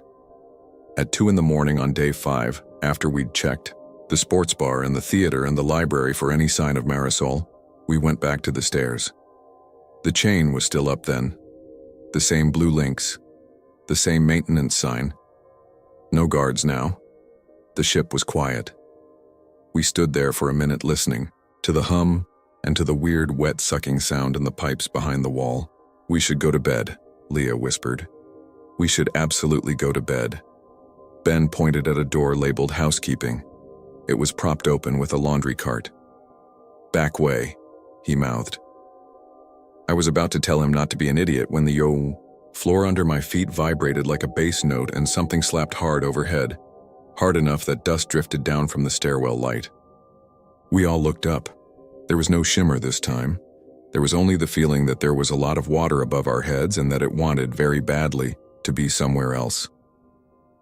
We ducked through the housekeeping door because that's what people do in horror stories, and for all my mouth about how this felt real, I didn't know what else to do.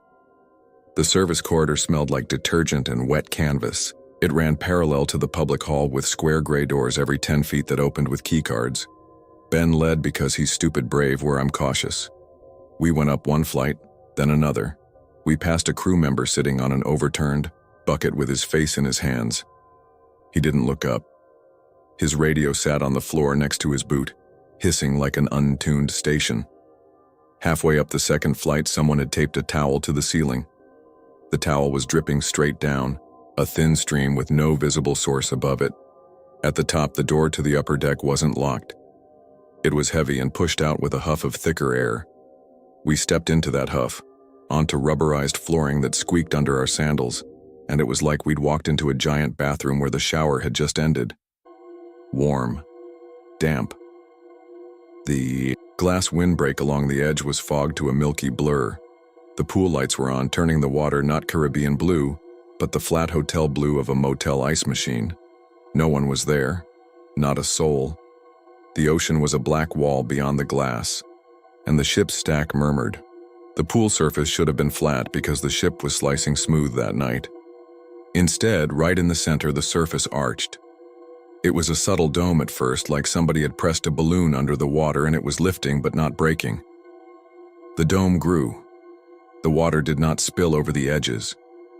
The pool stayed full, somehow, while the center bulged upward. The best way I can explain it is that it looked like a glass bowl forming out of water and pushing up into nothing. You could see light wobble through it, and air trapped under it made the tiniest, whitest foam where the curve met the flat around it.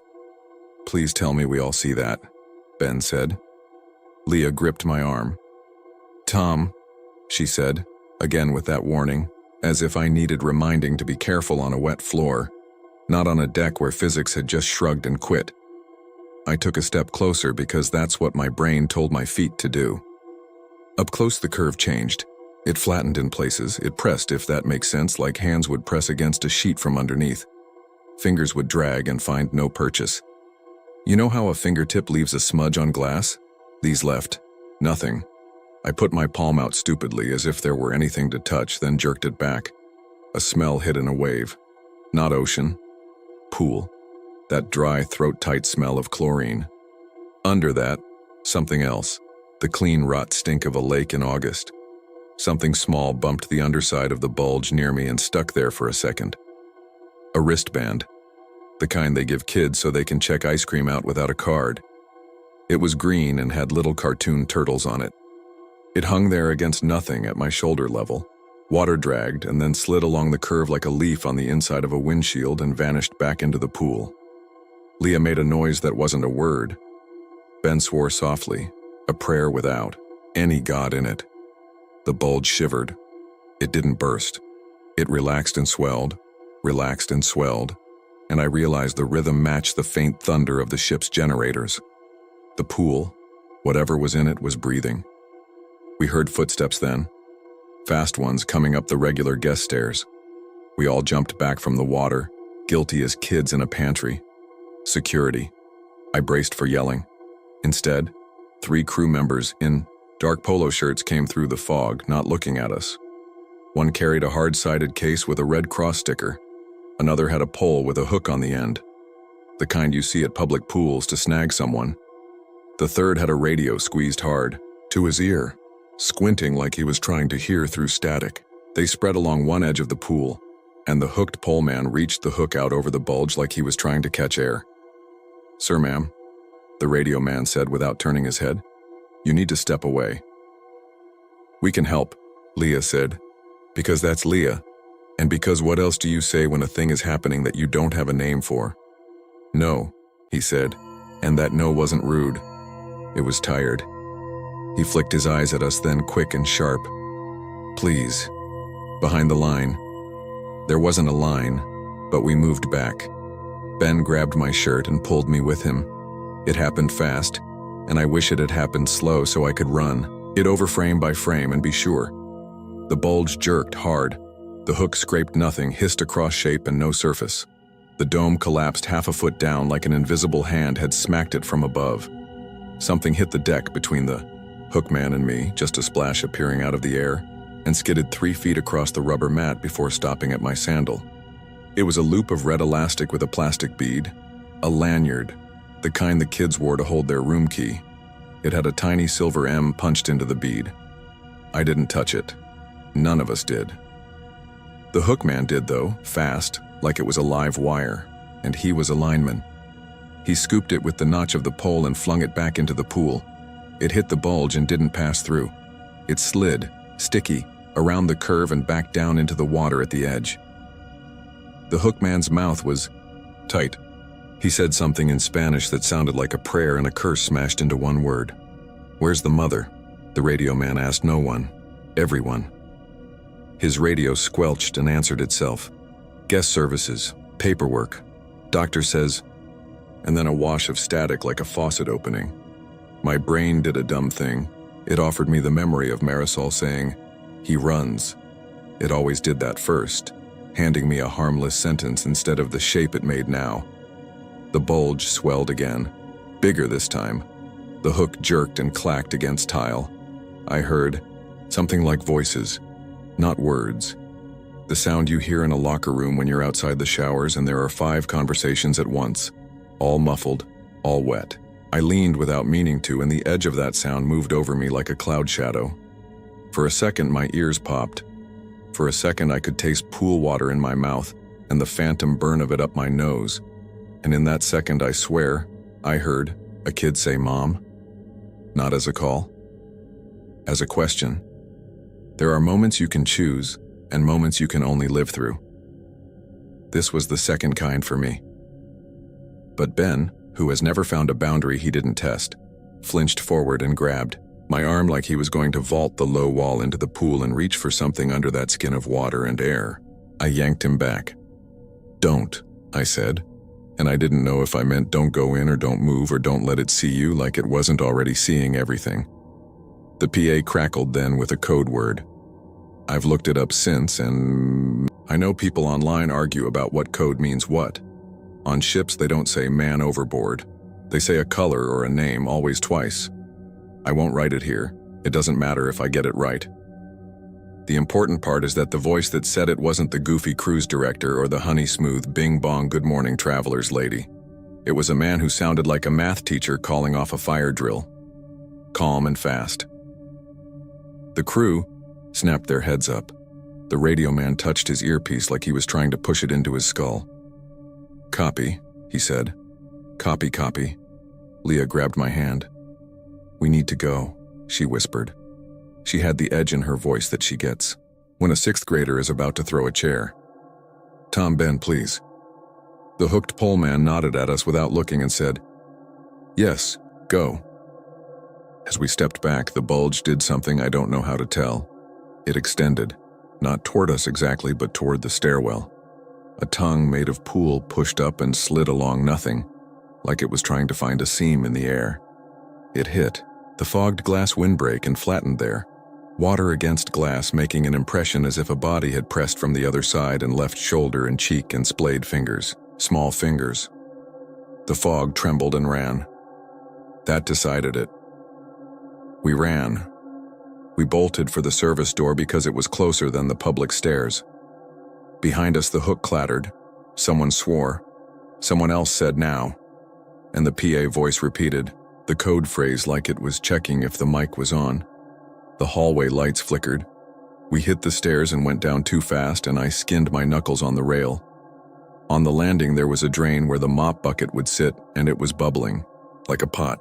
Something clear and slick slopped over the lip and over my shoe. It was cold, but not ocean cold. Pool cold. Chlorine shocked into the air. My eyes stung. We kept going. One deck down, a crew member in a white jacket saw us, barked, "You can't be here," then moved aside because the look on Leah's face must have said "not now." He pointed to a door with a green exit bar. "Out," he said. "Go out." We slammed through it into an open-air passageway, wind hitting us like a hand. There's a thing about cruise ships that you don't feel until you're alone in a spot with no music. They are alive. They groan and tick and vibrate. The deck shivered under us like a cat's skin under a fly. I had the stupid urge to apologize to it. I had the stupider urge to tell it we were leaving. We didn't go back. Up there, we went to our cabin and shut the door and then stared at the door like the door was the only thing between us and something that didn't respect doors. Leah took a shower because she wanted the chemical stink off her skin. The shower curtain breathed in and in and in, as if her little stall were filling with air, and then snapped back out. She came out with red eyes and stood with her towel wrapped twice around her like a barrier. We didn't sleep so much as doze and jolt awake and listen to the faucet drip. At 4:30, the ship's horn blew once, and then again, like a heartbeat. In the morning, like I said, the deck was open. The pool looked like a screensaver again. Breakfast was eggs and fruit and a man at the next table complaining that the casino didn't let him cash out his comps. The daily program slid under our doctor had a blurb. "We hope you enjoyed our extended pool hours under the stars. Don't miss our belly flop contest on the main deck at 2 p.m. I stared at the exclamation point until it blurred.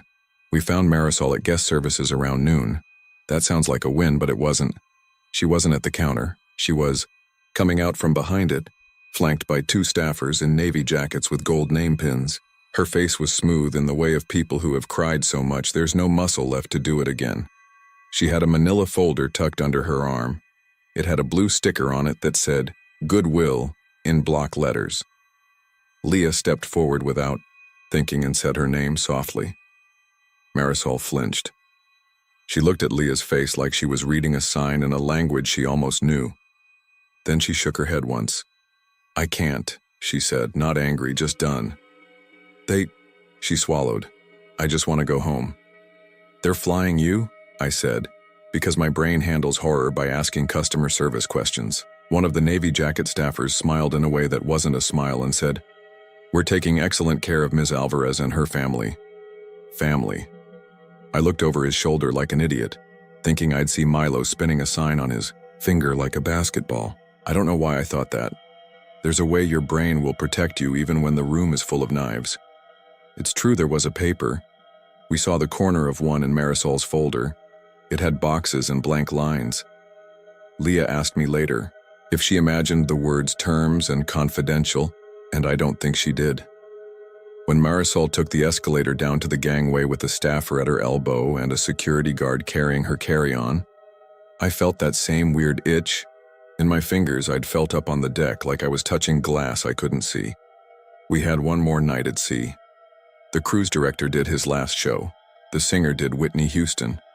People set their suitcases outside their rooms and ate their last soft serve cones and threw away beach toys they couldn't pack. We didn't go to the upper deck again. At midnight, Ben said he needed air, and I said I'd walk with him. We ended up on the very bow where the wind slaps your mouth crooked, and you can pretend you're the only two idiots alive. Ben said, "You think they found him?" I said the thing a brother-in-law says. "They're doing everything they can." He made a noise and kicked at a rust spot on the rail with his flip-flop. "Did you see his lanyard?" he said. "The M?" I didn't answer. He said, "I keep thinking about that kid calling Mom like a question." We got home. The ship dumped us out into Miami with our stomachs still swaying and our suitcases scuffed and our tans already pretending to be real. We Ubered to the rental car and drove north with the windows up because the ocean smell made Leah gag. Normal life patched itself back around us like skin over a cut. 2 days in, Leah started making lunches for summer school, and I went back to inventory emails. The story slid around in my head, hard and smooth like a marble I couldn't stop worrying at with my tongue. There was an email from the cruise line. "Thank you for your understanding during the brief maintenance last night. Please enjoy a $250 onboard credit on your next sailing." We hadn't asked for anything.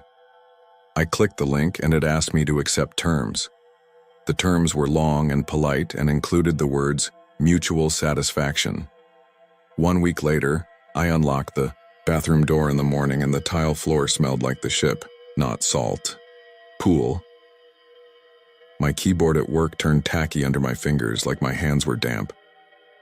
The faucet in our kitchen started drifting from off to a thin line of water when you walked out of the room. Leah yelled my name from the shower one evening. I ran in and she was just standing there dripping, the water off, the curtain sticking to the tub like it had been vacuum sealed. "Listen," she said, and the drain gurgled once, like a throat clearing. I finally took my phone to the store. Because the screen felt dim, the guy at the counter popped open the SIM card tray and frowned at the little white indicator. "Water damage," he said. "Happens. Pool?" I shook my head too fast and he looked at me like I was lying. On the way out of the mall, I passed a kiosk selling wristbands with little charms kids could snap on.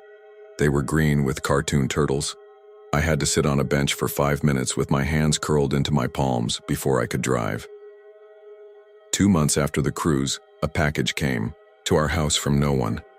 The return label was a blank white rectangle. Inside was a manila envelope like the one I'd seen under Marisol's arm. Inside that was a cruise line brochure and a letter saying, "We would be delighted to welcome you back." There was a photo of a pool. The photo was of the upper pool deck at night. I looked so hard at it my eyes hurt. There was nothing wrong in the photo. The water was smooth, blue. If I held it at an angle and let the lamplight flare across the glossy paper, I could maybe make myself see a blur in the air over the pool. Maybe. Probably I made it up so I wouldn't feel crazy. I didn't. Dream about the ship. That would be almost normal. I dreamed about pressure, about pushing and never breaking through, about calling Mom. Except when I woke up, it was my own voice that had said it, not Milo's. I don't know why that was worse. This morning, this is months later now, Leah called me into the bathroom. "Something's wrong with the sink," she said, trying hard to make her voice flat and not quite managing it. She had unscrewed the trap under the vanity. A hard thing rattled inside when she shook it.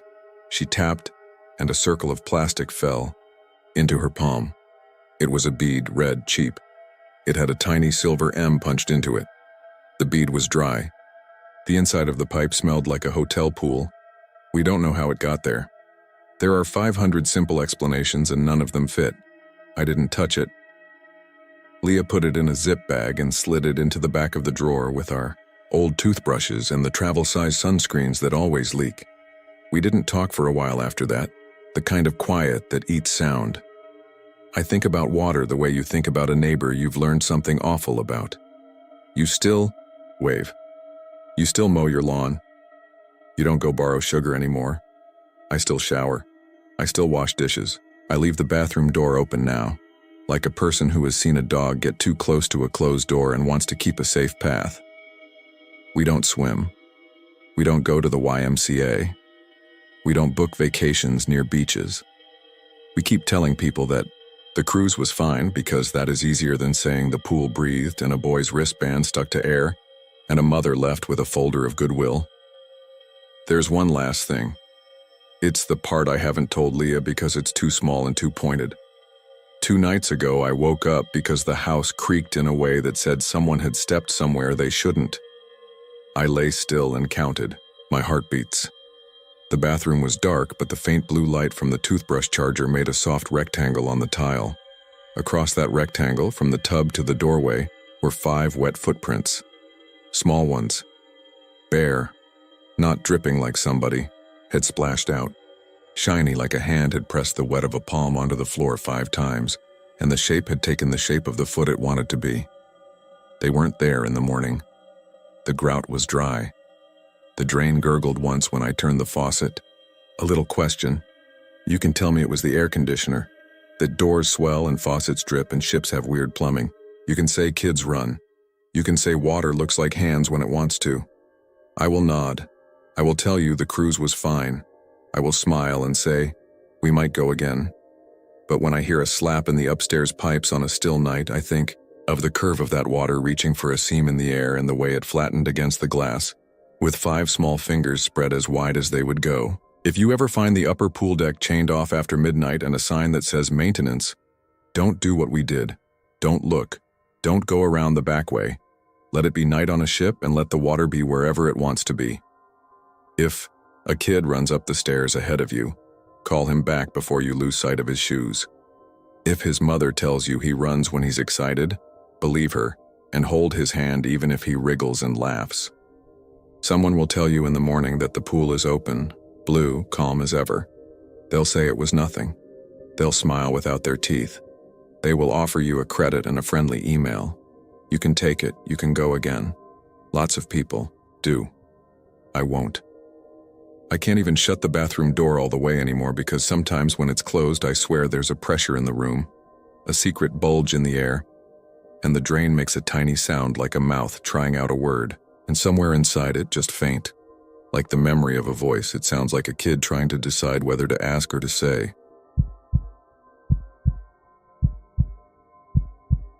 I'm writing this because I don't know what else to do with it. My sister thinks I should let it go and enjoy the pictures we do have. My mom chalks it up to travel stress and too many piña coladas. My fiancé, Omar, says he remembers the same things I do, but that talking about it out loud makes it feel less real. Like the edges crumble and I'm left holding something that looks like the truth but doesn't weigh the same. So I'm putting it here, the way I remember it, and you can decide how much of it you believe. We sailed out of Galveston on a Sunday, 7 nights to the Gulf and back. It was our first real family vacation since my dad died, a reset trip my sister Mia pushed for after months of everybody acting okay, but not being okay. There were 4 of us in 2 cabins, me and Omar in a balcony room on deck 8, my mom, and Mia across the hall in an interior. We did all the normal cruise stuff.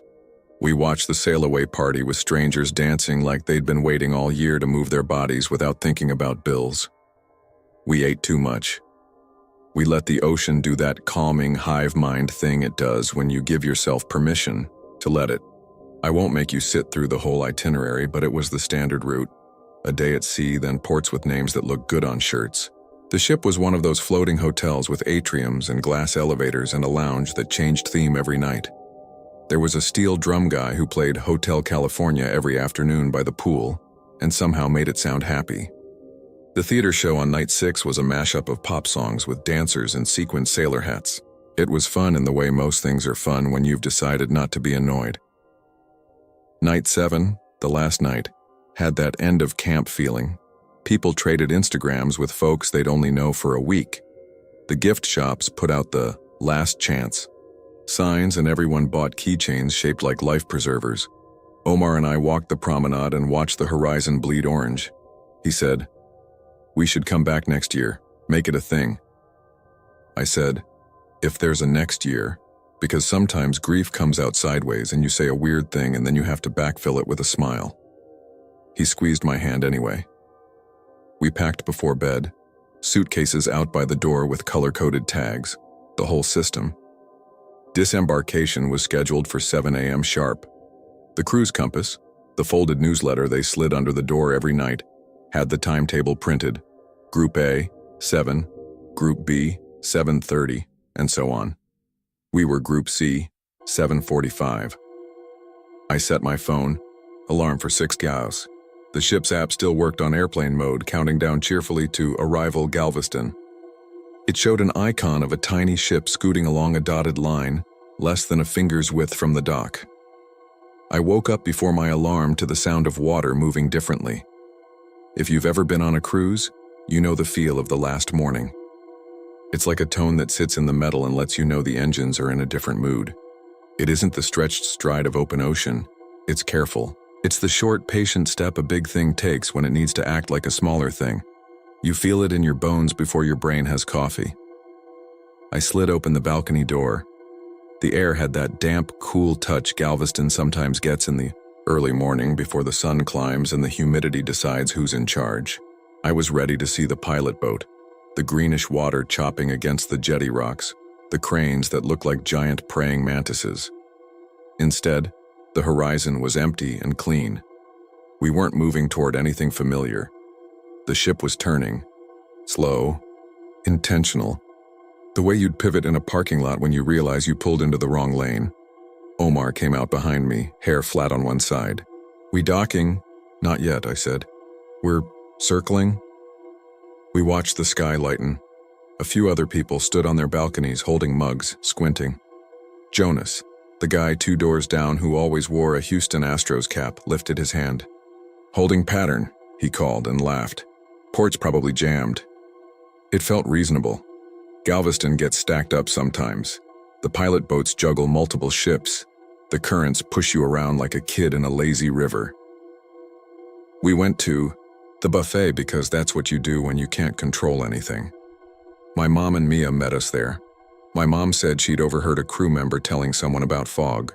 "The captain said we'll be taking our time," she added, like reassurance was something you could pass along intact. We waited for the announcement. It never came. We drifted, or circled, or something between. The forward movement never committed. You felt it in your stomach, the difference between going somewhere and staying in a loop. The open decks filled with people in half expectation. Luggage carts lined the promenade. The ship's photographers still tried to sell you last-minute prints of pictures you'd already decided not to buy. The first odd thing was the clocks. There are clocks everywhere on a ship, in corridors, by elevator banks, above the guest services desk. They all show ship's time, which usually syncs with your phone when you're in range of land. Around 8:30, the clock over guest services said 7:55. The one near the casino said 8:05. The wall panel on deck 5 blinked 7:48, then froze. People joked about island time. But you could see the crew looking up at the faces of those clocks and then quickly away, like you look past a person you thought you knew when you realize you don't. By noon, the buffet felt off. Not rotten or unsafe, just tired. The fruit was the kind of fruit that had fought a good fight in refrigeration but had accepted its fate. The bread had that dry surface you get when something has sat under a light too long. I don't know. Maybe that's normal on disembarkation day when they're trying to clear inventory. But the way the line moved, slow, no chatter, felt like a room waiting for news. Behind the bar at the aft pool, Elena, the bartender with the bright nails, wiped a glass she'd already wiped. I asked if there was an update. She smiled and said, "Soon, soon," in a way that meant that's what she'd been told to say. The second odd thing was the horizon. It's hard to explain this without sounding ridiculous. The line where the sky meets the sea looked wrong. Not in color or texture, but in geometry. Like paper that's been folded and smoothed flat still remembers the crease. From certain angles, especially looking starboard, you could see a faint darkness running straight and distant, and the water on either side of it was not the same. Not choppy versus calm, not light versus dark. Just different in a way your eyes catalog before your words do. I took a picture because that's what we do when we don't trust ourselves. The picture came out normal. A man in a Navy veteran hat pulled his wife's elbow and pointed. "That's not the channel," he said. "We're not where we should be." He said it softly, like it wasn't needed for anyone but him to hear. Around 2, the captain came over the loudspeaker, or tried to. It was the first time we'd heard his voice all day. It crackled like a dying walkie-talkie. "Good afternoon, ladies, gentlemen," he said, the words chopped by static. "We are experiencing minor traffic into port." He paused as if listening to himself. "We appreciate your patience." Then a whistle shrieked through the speakers, the kind of sound that makes your back teeth hurt, and the channel cut off. Guest services turned into a line of questions. People wanted to make flights. People wanted to tell bosses when they'd be back. The crew kept their voices calm and their answers short. "Soon. Thank you for your understanding." It wasn't like a movie where panic explodes. It was worse because it didn't. Human beings in a big, expensive hotel are very good at waiting if you tell them it's for a good reason. Sometime in the late afternoon, time was untrustworthy now. The ship's TV channel that showed the live front. Camera froze on a frame of nothing but water. The position map on the app went gray. The Wi-Fi, which had been spotty all week, stopped catching. You could still open apps, but they behaved like empty rooms. Nightfall never arrived, or maybe it did. And the cloud cover was the kind that makes evening look like a dimmer switch.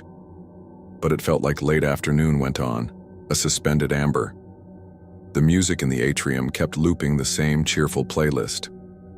Elena poured the same 3 drinks. The steel drum guy played Red, Red Wine again, and you could hear the repetition in his wrists.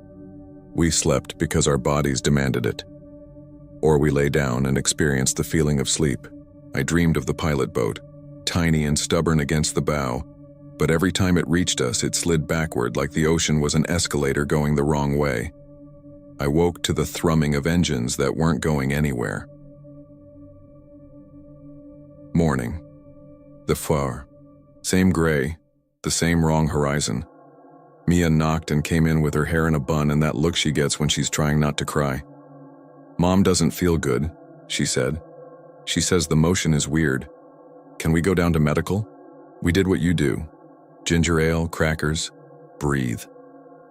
The medical center said it was open for emergencies only and suggested she lie flat in a cool spot.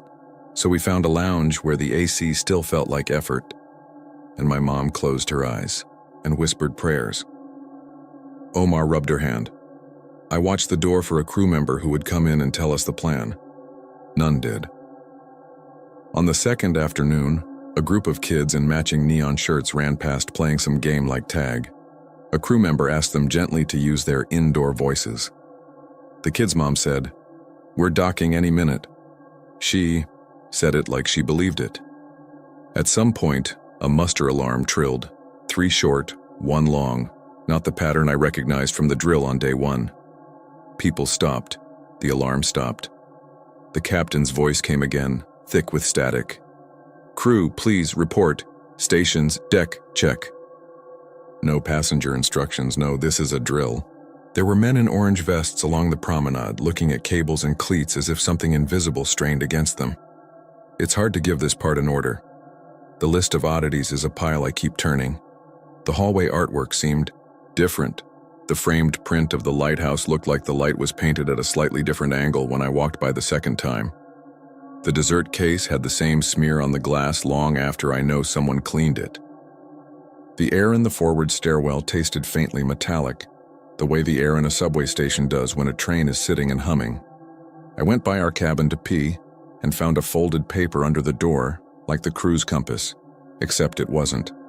White, unbranded, standard type. "Please remain calm," it said. "We are working to ensure a timely arrival." No date, no schedule, no fun facts about Galveston. I slipped it into my tote like it was a secret, which makes no sense because 100 people were holding the same paper. When the horn finally sounded, the long, rich blast that means either celebration or warning, it shook something in my chest I didn't know was loose.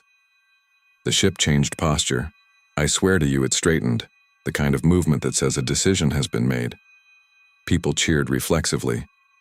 Elena cried, just for a second, with a little laugh to wipe it off her face. We put on our going home clothes. We staged in the lounge with our group. There is no feeling quite like being told you're next after you've waited for a long time. It's physical. You feel it in your calves, a readiness to stand. The PA announced Group A, then B, then a long pause, then almost shyly, C. The gangway opened on the terminal like it always does. The smell of land hit, diesel and sunscreen, and coffee. The terminal looked exactly like it should. High ceilings and banners and families holding hand-lettered signs that said, "Welcome back, Grandma." My phone lit up with bars without me doing anything. Someone started a cheer and it spread, relieved and messy like a wave at a baseball game.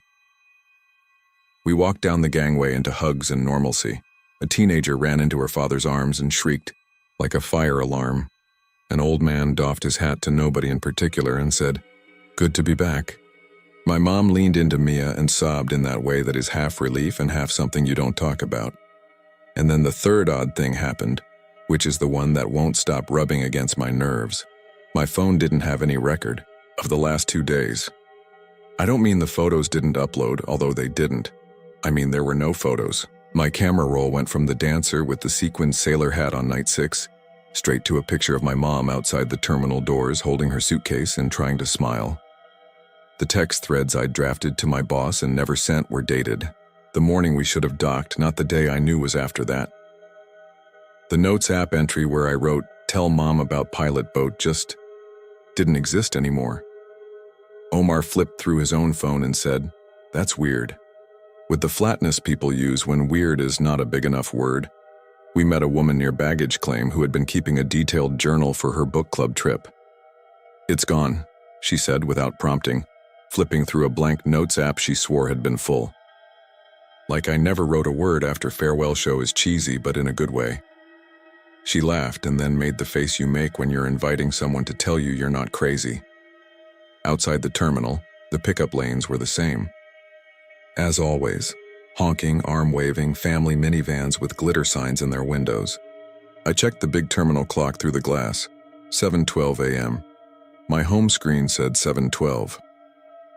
A guy near us said, "You're early," to someone he was picking up. "You said you'd be later." The person he was greeting gave him a look like he'd just said the sky is green. "We're on time," she said. "We're right on time." We got to the car. I took out the white paper from the tote to show Mia the weird vagueness of it. It wasn't there. I dug through the tote, then my backpack, then the random pockets where scraps go to die. Nothing. I laughed because I didn't know what else to do. "Maybe I dreamed it," I said, and immediately hated myself for giving the story an escape hatch. Back home, everything had that too sharp, too real quality you get after you've been in a controlled environment for a week. The house smelled like our house. The cat was exactly as mad as she always is after we leave her for any length of time. We opened suitcases and made piles and told ourselves we'd deal with it later. That night, after showers and Chinese takeout, we sat at the table and compared holes. Mia swore she remembered a man in an orange vest telling people not to gather by the forward elevators because of weight distribution. Omar said he saw a pilot boat just before the horn, but the pilot boat had a black stripe he didn't think Galveston pilot boats had. Not that he's ever paid attention before. My mom said she prayed the sorrowful mysteries twice in what she thought was the same hour. We all nodded like that made sense. I tried to pull up the port webcam archives. Nothing was wrong with the internet. I could watch a time-lapse of the ship arriving at 7:05 a.m. and the gangway going down and baggage carts moving like ants. The ship was there when it should have been there. The comments under the video were normal. Welcome home, with little anchor emojis. No one mentioned a delay. No one said anything about veering in circles out on the horizon, about clocks, stuttering, about a paper with no date. It was like the ocean closed over our footprints and patted the sand smooth. You're probably thinking we lost track of time. That maybe there wasn't a delay at all. That the brain can make an hour feel like a day if you let it. I can meet you halfway on that. I've stood in DMV lines that felt like epochs. I've had workdays that stretched into rope. But there are things I can hold with my hands. The first is a tan line. On cruise ships, they give you a colored bracelet. Sometimes not the fancy ones, just a Tyvek band that screams when you tear it. They used them on this trip to mark who had completed the muster drill, and then again at a private event near the end. Mine was green. I remember taking it off before, the last night, showering and noticing the pale strip it left on my wrist. After we got home, the tan line wasn't one strip. It was two, close together, parallel with a faint darker space between, like I'd worn a band twice in slightly different spots. I showed Omar. He pressed his fingers over the marks and said, "Maybe pressure from your watch?" My watch doesn't sit like that. I didn't argue. I didn't have the right words for why it bothered me the way it did. The second is a napkin.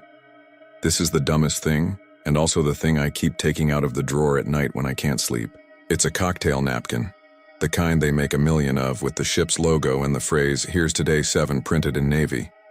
I always collect stupid paper stuff because I scrapbook like somebody's aunt. The napkin I pulled from my tote the day after we got home said, "Here's today 7, and lightly, almost like a ghost of ink, under it, skewed like somebody set the plate wrong, the very faint shadow of day 8. You can only see it if you tilt it into the light. Omar says it's a printing error. Mia says that's exactly what it is and that napkins get misprinted all the time. I know they're right in the way that answers can be right without solving what's wrong. It's been weeks. I still catch the engine sound sometimes, the very specific pitch that lived in our cabin like a neighbor humming. It sneaks into our apartment around 4 in the morning and makes the window glass tremble as if a truck is passing outside, except there isn't a truck. I'll wake up and check my phone and the time will look normal. I'll go back to bed and dream of that line on the horizon, the fold that isn't a fold, the place where two slightly different versions of the same water pretend they've always been one. I reached out to Elena through the ship's Facebook group for crew alumni. I found her because she'd posted a picture of the aft pool with a caption about missing her office. I sent a polite message thanking her for being kind to us at the bar and asked, in a breezy tone I didn't feel, whether she remembered any delay the last morning. She didn't reply. A week later, her profile was gone. I emailed the cruise line, framing it as a curiosity. "We had a wonderful time," I wrote, which was true in a way you can't interrogate. "On the last morning, were there harbor delays? Just curious." The reply was efficient and corporate. "Thank you for sailing with us. Your ship arrived on schedule at 7 a.m. at cruise terminal number 2. We hope to welcome you aboard again soon." It included a coupon code. Mia thinks we should use the coupon. "Let's go again," she said. "Let's prove to ourselves that it was nothing." I nodded. I said yes the way you say yes to getting up and going for a run because you know it's supposed to be good for you. But every time I picture stepping onto the gangway, I feel my wrist tingle where the bands lay like twin straps across a pulse. Last night I emptied the tote again because I still have this stupid hope that the white paper will be there, that I imagined the failure to find it and displaced it with a different failure. I shook the bag upside down and watched ticket stubs and receipts and a penny that wasn't mine fall out. No paper. But there was the cruise compass from the night before we were supposed to dock. The fold was soft from fingers. I opened it and read the goofy jokes and the reminders about putting your bags out by 10 p.m. sharp. At the bottom, in tiny print, was the date. It matched the day it should have matched. There was nothing wrong with it, except for this. On the back, where the ship always lists tomorrow's sunrise, sunset, it said, sunrise 6:56 a.m., sunset 6:56 p.m. The exact same numbers, a perfect mirror. I checked the real sunrise times for Galveston that week. They were not the same as sunset. I know, typo, a funny coincidence. My brain is putting significance where there isn't any. I folded it carefully and put it back in the drawer with the napkin anyway.